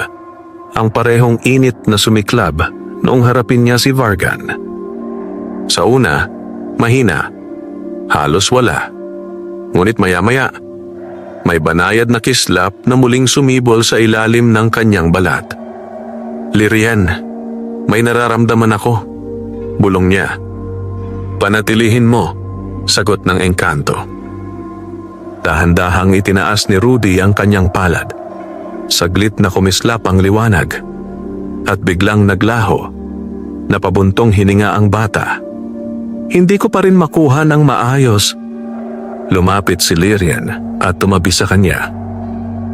"Hindi ito natututunan sa isang araw," sabi nito. "Ang liwanag mo ay bago pa lamang nagising." Sa di kalayuan, tahimik na pinagmamasdan sila ng 3 bantay. Masinsin, mapagmatyag. Pagkaraan ng ilang sandali, muling nagsalita ang pinunong bantay. "Subukan mong igalaw ang liwanag, hindi ilabas agad." Napakunot ang noo ni Rudy. "Igalaw?" Tumango si Lyrian. "Isipin mong parang agos ng tubig sa loob mo." Pumikit muli ang bata. Huminga. Nakinig sa sariling tibok ng puso. Sa pagkakataong ito, hindi niya pinilit palabasin ang liwanag. Sa halip, pinagalaw niya ito sa loob. Unti-unti, may mahinang ningning na umikot mula sa kanyang dibdib pababa sa kanyang braso. Nanlaki ang kanyang mga mata. "Lyrian, panatilihin mo," mahinahong sabi ng engkanto, bagamat may bakas ng paghanga sa boses nito. Dahan-dahang umabot ang liwanag sa palad ni Rudy. At sa unang pagkakataon, nanatili ito. Isang maliit ngunit matatag na sinag ang sumilay sa kanyang kamay. Napasinghap ang bata. "Nagawa ko." Bahagyang ngumiti si Lyrian. Unang hakbang pa lang iyan. Ngunit bago pa sila makapagdiwang, biglang umihip ang malamig na hangin sa liwasan. Agad na nagbago ang mga bantay ng pwesto. Naningkit ang mga mata ni Lyrian. May kakaiba sa hangin. Unti-unting kumupas ang ngiti ni Rudy. Sa malayo, sa kailaliman ng gubat, may mahinang pulang kislap na sandaling sumilay. At agad na naglaho. Unti-unting naglaho ang pulang kislap sa kailaliman ng gubat, ngunit hindi nawala ang bigat na naiwan nito sa hangin. Napatigil si Rudy. Ang maliit na sinag sa kanyang palad ay bahagyang kumislot bago tuluyang naglaho. "Lyrian." Mahina niyang tawag. Tahimik na nakatitig ang engkanto sa direksyon kung saan sumilay ang pulang liwanag. Mas matalim ang mga mata nito ngayon. "Nararamdaman mo rin?" tanong ni Rudy. Dahan-dahang tumango si Lyrian. "Oo." Lumapit ang pinunong bantay. Mabigat ang mga hakbang sa damuhan. "Hindi pa siya sumusugod," sabi nito. "Pero nagmamasid na siya." Nanikip ang dibdib ni Rudy. Ibig sabihin, mas malapit na si Vargan. Huminga ng malalim ang bata at pilit pinatatag ang sarili. "Ano ang gagawin natin?" tanong niya. Sumagot si Lyrian. Mas buo ang tinig. "Ipagpapatuloy natin ang pagsasanay." Napalingon si Rudy sa kanya. "Ngayon na?" "Lalo na ngayon," sagot ng engkanto.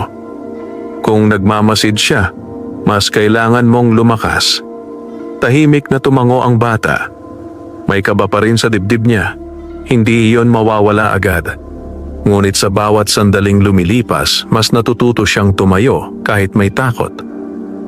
Muling pumwesto si Rudy sa gitna ng liwasan. "Ulit tayo," sabi ni Lyrian. Pumikit ang bata. Huminga. 1, 2, 3. Sa pagkakataong ito, mas mabilis niyang nahanap ang init sa loob ng kanyang dibdib. Mas malinaw, mas buhay. Unti-unting gumapang ang liwanag patungo sa kanyang mga palad. Ngunit bigla, may kakaibang lamig na sumingit sa hangin. Nanlaki ang mga mata ni Rudy at napadilat siya. May mali. Sa gilid ng liwasan, ang mga anino ng mga puno ay tila mas humaba kaysa dati, parang gumagalaw kahit walang hangin. Agad nagbago ng anyo ang mga bantay. "Maghanda," Mariing utos ng pinuno. Nanikip ang dibdib ni Rudy. Dumarating na ba siya? Hindi agad sumagot si Lyrian. Sa halip, marahan nitong itinaas ang kamay at ang liwanag sa kanyang palad ay muling sumiklab, handa. Pagkaraan ng ilang sandali, mahina itong nagsalita. Hindi pa si Vargan. Saglit na gumalaw ang mga anino sa gilid ng gubat. At mula ron, may 3 baluktot na anyo ang unti-unting gumapang palabas ng dilim. Namula ang mga mata, payat ang katawan, at ang galaw, gutom. Nanlamig ang batok ni Rudy, mga tagasunod, ngunit hindi kasama ang mga ngaso. Muling nagsalita si Lyrian, mas mababa ang tinig. Sinusubukan niya tayo. Humigpit ang hawak ni Rudy sa sarili niyang kamay. At sa unang pagkakataon sa kanyang pagsasanay, kailangan niyang lumaban nang wala si Vargan sa harap nila.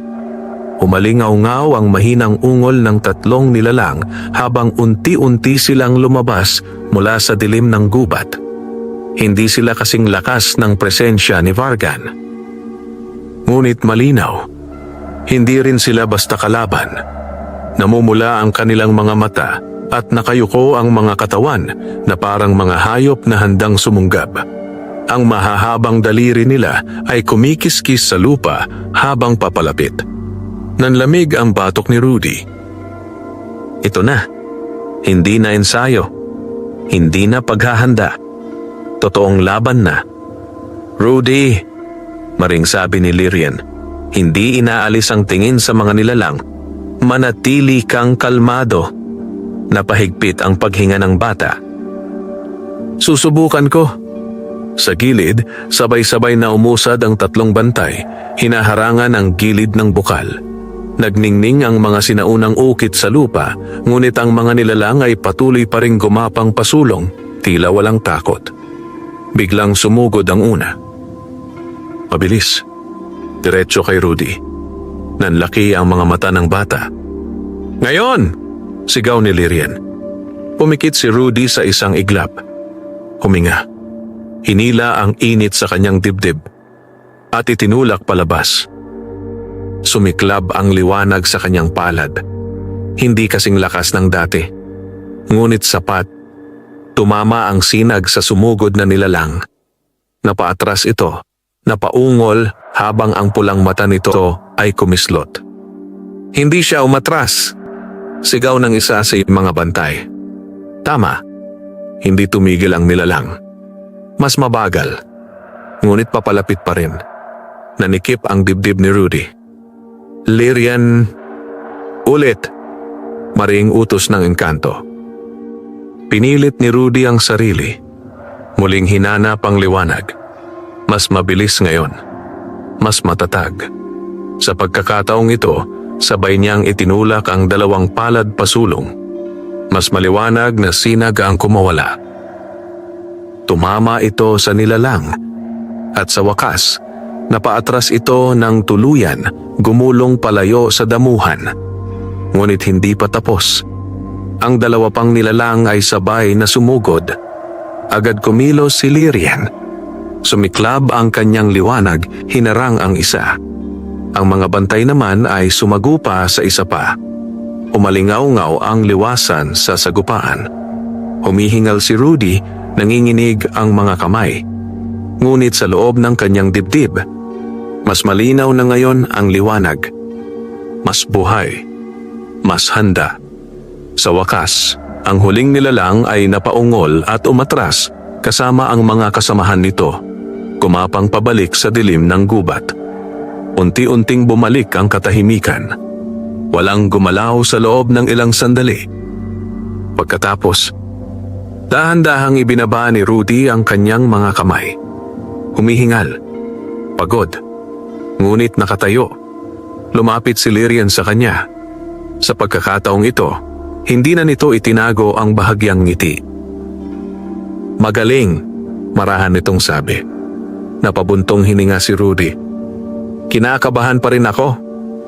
Dapat lang, sagot ng engkanto. Pero hindi ka umatras. Sa di kalayuan, tahimik na nagsalita ang pinunong bantay. Ngayon, nagsimula na ang tunay mong pagsubok, batang bantay. Sa kailaliman ng gubat, may matang mapupula ang muling nagmulat, at ang nagmamasid ay nasiyahan. Matagal na nanatiling tahimik ang sagradong liwasan matapos umatras ang mga nilalang.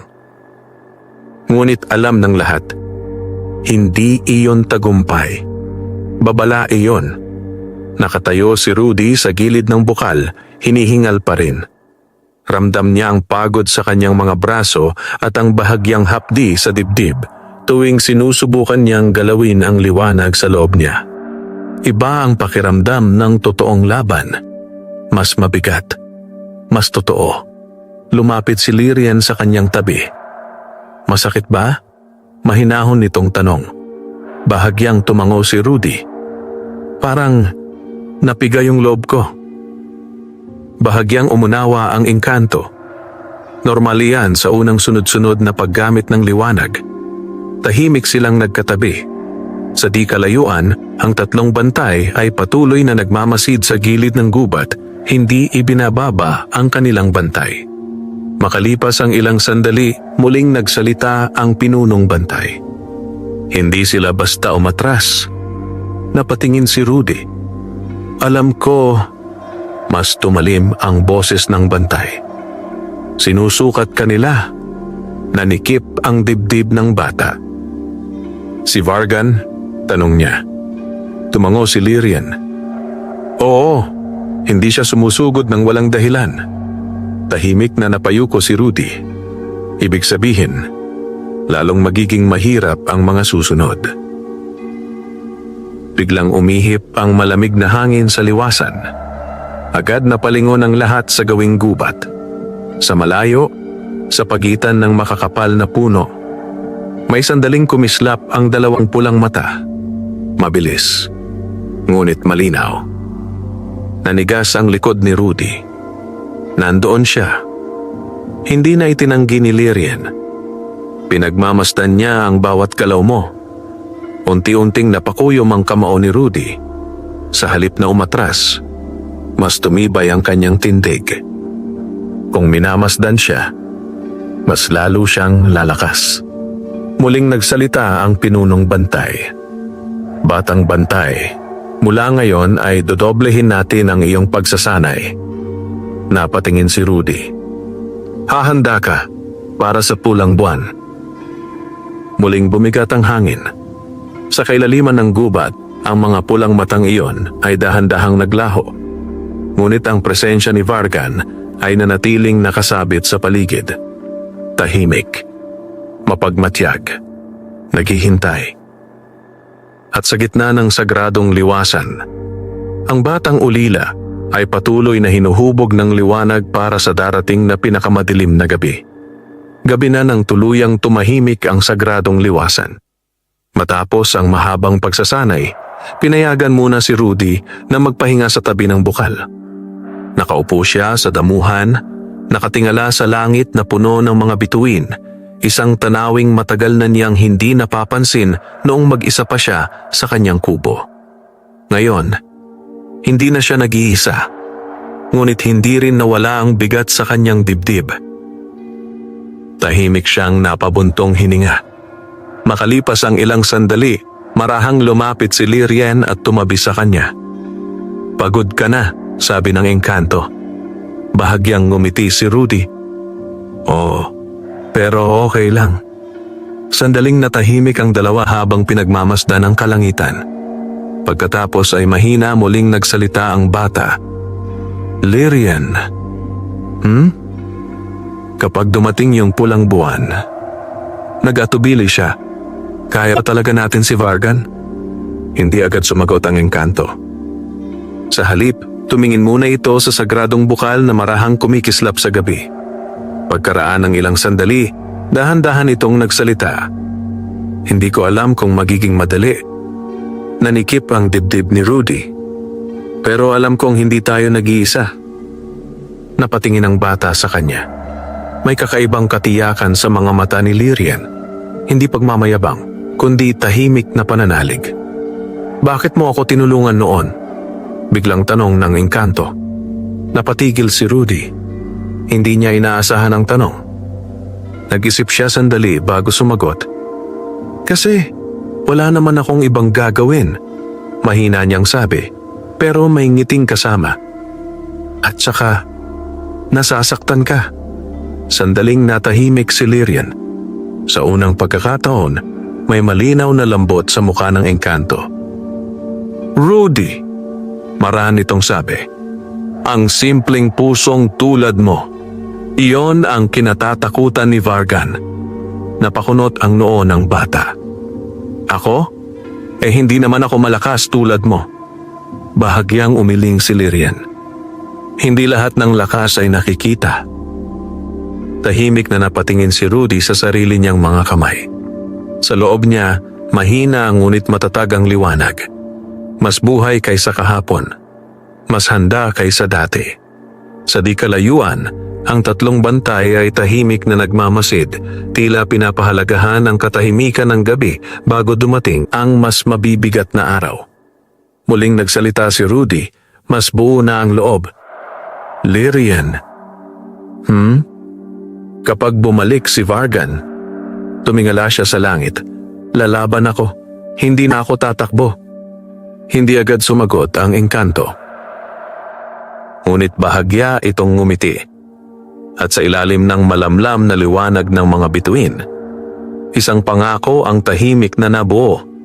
Sa kailaliman ng gubat, malayo sa kanilang kaalaman, may mapupulang matang muling nagmulat. At ang pulang buwan ay unti-unti nang papalapit. Madaling araw nang magising si Rudy. Hindi dahil sa ingay, kundi dahil sa kakaibang pakiramdam sa hangin. Dahan-dahan siyang bumangon mula sa damuhan sa tabi ng bukal. Tahimik ang liwasan, ngunit may kung anong mali. Parang may nakikialam sa katahimikan. Malamig. Mas malamig kaysa karaniwan. Napakunot ang noo ni Rudy. "Lyrian," mahina niyang tawag. Ngunit bago pa siya makatayo ng tuluyan, may marahang kaluskos sa likod ng mga puno sa silangang bahagi ng liwasan. Agad siyang napalingon. Wala. Tahimik ang mga anino. Ngunit ang dibdib niya ay patuloy na kumakabog. Hindi siya nagkakamali. May naroon. Sa kabilang panig ng liwasan, biglang lumitaw si Lyrian, alerto ang tindig. "Naramdaman mo rin," sabi nito. Tumango si Rudy. May gumagalaw sa gubat. Mabilis na nagbago ng pwesto ang tatlong bantay, pumalibot sa bukal. Sandaling tumahimik ang paligid. Pagkatapos, may isang payat na anyo ang dahan-dahang lumabas mula sa pagitan ng mga puno. Hindi ito tulad ng mga naunang nilalang. Mas maliit, mas payapa ang galaw. At ang muka, isang batang babae. Nanlaki ang mga mata ni Rudy. Sandali, tao siya? Ngunit hindi kumilos si Lyrian. Sa halip, mas tumalim ang mga mata nito. "Huwag kang lalapit," mariin nitong babala. Napatigil si Rudy. Ang batang babae ay nakatayo lamang sa gilid ng liwasan, nakayuko ang ulo, mahaba ang buhok na tumatakip sa mukha. Tahimik. Masyadong tahimik. "Kuya," mahina nitong tawag. Nanlamig ang likod ni Rudy. May kakaiba sa boses. Parang may mali sa himig. "Kuya, tulungan mo ako." Bahagyang napahakbang si Rudy. Ngunit biglang humarang si Lyrian sa harap niya.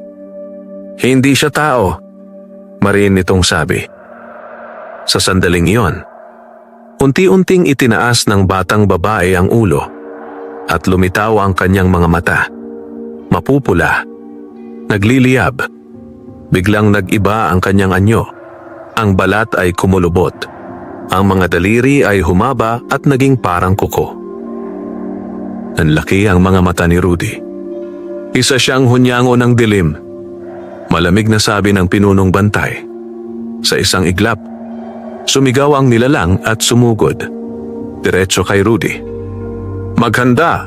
Sigaw ni Lyrian. At sa ilalim ng papalapit na pulang buwan, mas mapanganib na kalaban ang sumulpot sa kanilang landas. Sa isang iglap, rumagasa ang hunyango ng dilim. Mabilis. Mas mabilis kaysa sa mga naunang nilalang. Diretso kay Rudy. Nanlaki ang mga mata ng bata, ngunit sa pagkakataong ito ay hindi siya nanigas. Sa loob ng kanyang dibdib, kusang uminit ang liwanag, parang tumutugon sa panganib. "Rudy!" Sigaw ni Lyrian, ngunit huli na para umatras. Huminga ng malalim ang bata at itinaas ang kanyang kamay. Sumiklab ang liwanag. Tumama ang sinag sa papalapit na nilalang. Ngunit sa mismong sandali ng tamaan, kumislot ang anyo nito. Parang usok. Parang tubig. At sa isang iglap, naglaho ang tinamaan. Nanlaki ang mga mata ni Rudy. "Nawala? Mag-ingat!" Sigaw ng pinunong bantay. Masyadong huli. Mula sa kanyang kaliwa, biglang sumulpot ang hunyango. Mas malapit. Mas mabangis.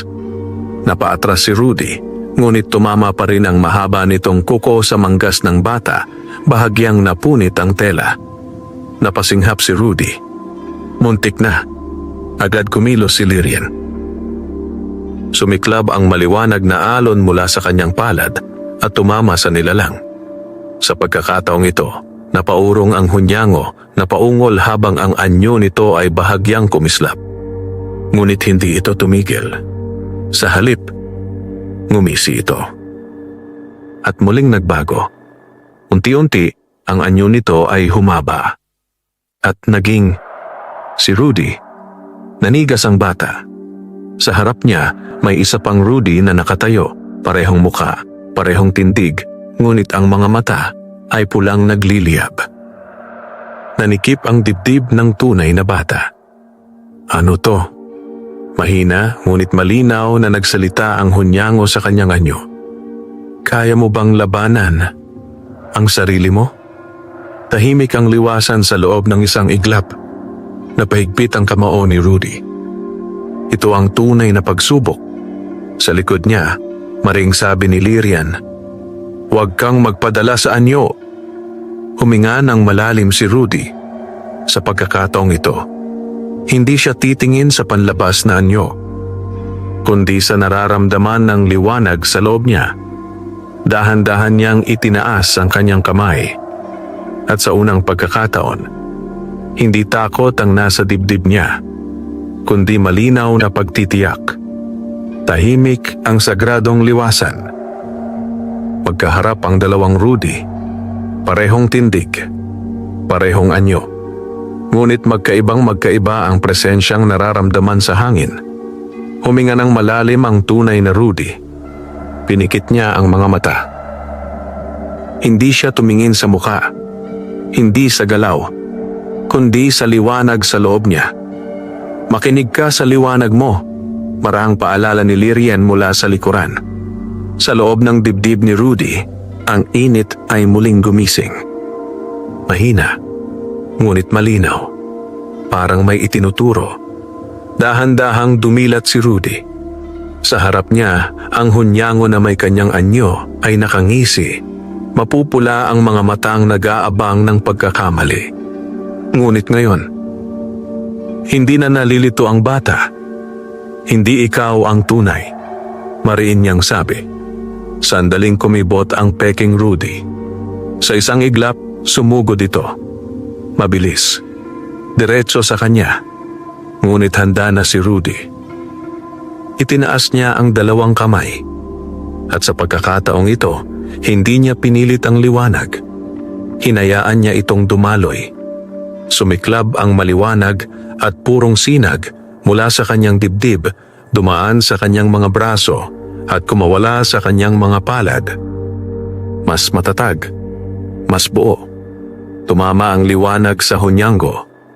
Umalingaw-ngaw ang matinis na sigaw ng nilalang habang ang anyo nitong kahawig ni Rudy ay nagsimulang kumislot. Nagbitak.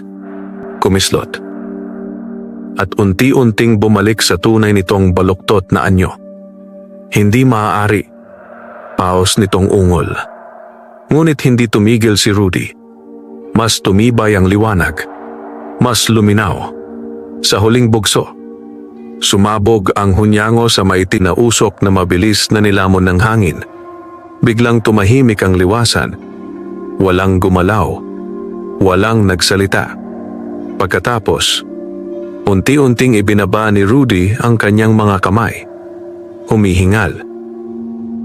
Ngunit nakatayo. Lumapit si Lirian at sa pagkakataong ito ay hindi na nito itinago ang paghanga sa mga mata. "Natuto ka na," marahan nitong sabi. Napabuntong hininga si Rudy. Kinabahan pa rin ako. Bahagyang ngumiti ang engkanto. "Ang mahalaga, hindi ka nalinlang." Sa di kalayuan, nagsalita ang pinunong bantay. "Nalampasan mo ang pagsubok ng anyo, batang bantay." Ngunit bago pa tuluyang gumaan ang hangin, biglang umihip ang malamig na hangin mula sa kailaliman ng gubat. Mas malamig kaysa dati, mas mabigat. Unti-unting nagdilim ang langit sa silangan kahit hindi pa dapit hapon. Naningkit ang mga mata ni Lirian. "Hindi ito maganda." Dahan-dahang napatingala si Rudy. At sa unang pagkakataon, may bahagyang pulang bahid ang buwan sa malayong langit. Mas maaga, mas mabilis kaysa inaasahan. Mahina ngunit mabigat na bulong ang kumawala mula sa hangin. Parang boses ni Vargan. Malapit na. Nanikip ang dibdib ng batang bantay. Ang pulang buwan ay nagsisimula ng magising. Nakatitig lamang si Rudy sa kalangitan. Ang buwan, na dati maputlang pilak, ay ngayon may bahid na pulang tila dugo. Hindi pa ito ganap na nagbabago, ngunit sapat upang manikip ang dibdib ng lahat sa sagradong liwasan. Masyado pang maaga. Mahina ngunit mabigat ang sabi ni Lirian. Lumapit ang pinunong bantay, ang mga mata ay hindi inaalis sa buwan. Pinapabilis niya ang pagdating, sabi nito. Napalingon si Rudy. "Si Vargan?" Tumango ang bantay. Ginagalaw niya ang mga lumang puwersa ng dilim. Nanlamig ang batok ng bata. Ibig sabihin, mas kaunti ang oras nila. Mahigpit na napakuyom ang kamao ni Rudy. "Gaano katagal na lang?" tanong niya. Sandaling tumahimik ang tatlong bantay bago sumagot ang pinuno. "Hindi na linggo ang pagitan. Mas bumigat ang hangin." "Mga araw na lang." Napahigpit ang paghinga ni Rudy. Sa tabi niya, mas tumalim ang mga mata ni Lirian. "Kailangan nating pabilisin ang pagsasanay mo." Tahimik na tumango ang bata. Handa siya. Kahit gaano kahirap. Ngunit bago pa sila makapagplano, biglang kumislot ang sagradong bukal. Ang malinaw na tubig ay nagalon ng kusa kahit walang hangin. Nanlaki ang mga mata ng pinunong bantay. Hindi maaari. Unti-unting nagningning ang bukal, ngunit hindi tulad ng dati. May bahid na pulang liwanag na humahalo sa malinaw na ningning nito. Nanlamig ang dibdib ni Rudy. "Ano yan?" Mabigat ang tinig ni Lirian nang sumagot. Sinusubukan niyang dunggisan ng bukal. Biglang kumabog ang puso ng bata. Kapag nadungisan ng bukal, mawawala ang kanilang pinakamalakas na sandigan. "Paano natin pipigilan?"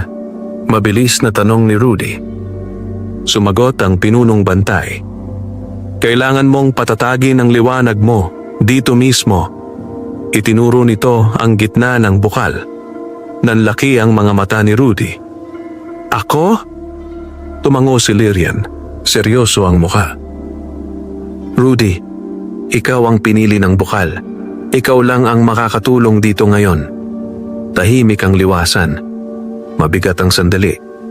Unti-unting lumapit si Rudy sa gilid ng kumikislot na tubig. Sa ibabaw nito, ang pulang bahid ay unti-unting kumakalat. Huminga siya ng malalim. At sa ilalim ng papabilis na pulang buwan, haharapin niya ang pinakamahirap na pagsubok sa kanyang liwanag. Tahimik ang sagradong liwasan. Ngunit ang katahimikan ay mabigat, parang naghihintay ang buong gubat sa susunod na mangyayari. Nakatayo si Rudy sa gilid ng bukal. Sa harap niya, ang malinaw na tubig ay patuloy na kinakalawang ng manipis na pulang bahid. Unti-unti itong kumakalat na parang tinta sa papel. Huminga ng malalim ang bata. Ramdam niya ang kaba. Ramdam niya ang bigat ng inaasahan sa kanya. Sa likod niya, marahang nagsalita si Lyrian. "Rudy, tandaan mo ang pakiramdam noong una mong ginising ang liwanag mo." Pumikit ang bata. Inalala niya ang init. Ang tibok. Ang lakas na hindi nanggaling sa takot, kundi sa pasya. Dahan-dahan niyang inilubog ang kanyang mga kamay sa tubig ng bukal. Nanlamig ang kanyang balat sa unang dampi. Ngunit maya-maya, may kakaibang init na gumapang mula sa tubig papunta sa kanyang mga palad. Nanlaki ang mga mata ni Rudy. "Lyrian, parang may tumutugon." "Dahil kinikilala ka ng bukal," sagot ng engkanto. Huminga ng mas malalim ang bata. Sa pagkakataong ito, hindi niya pinilit ang liwanag.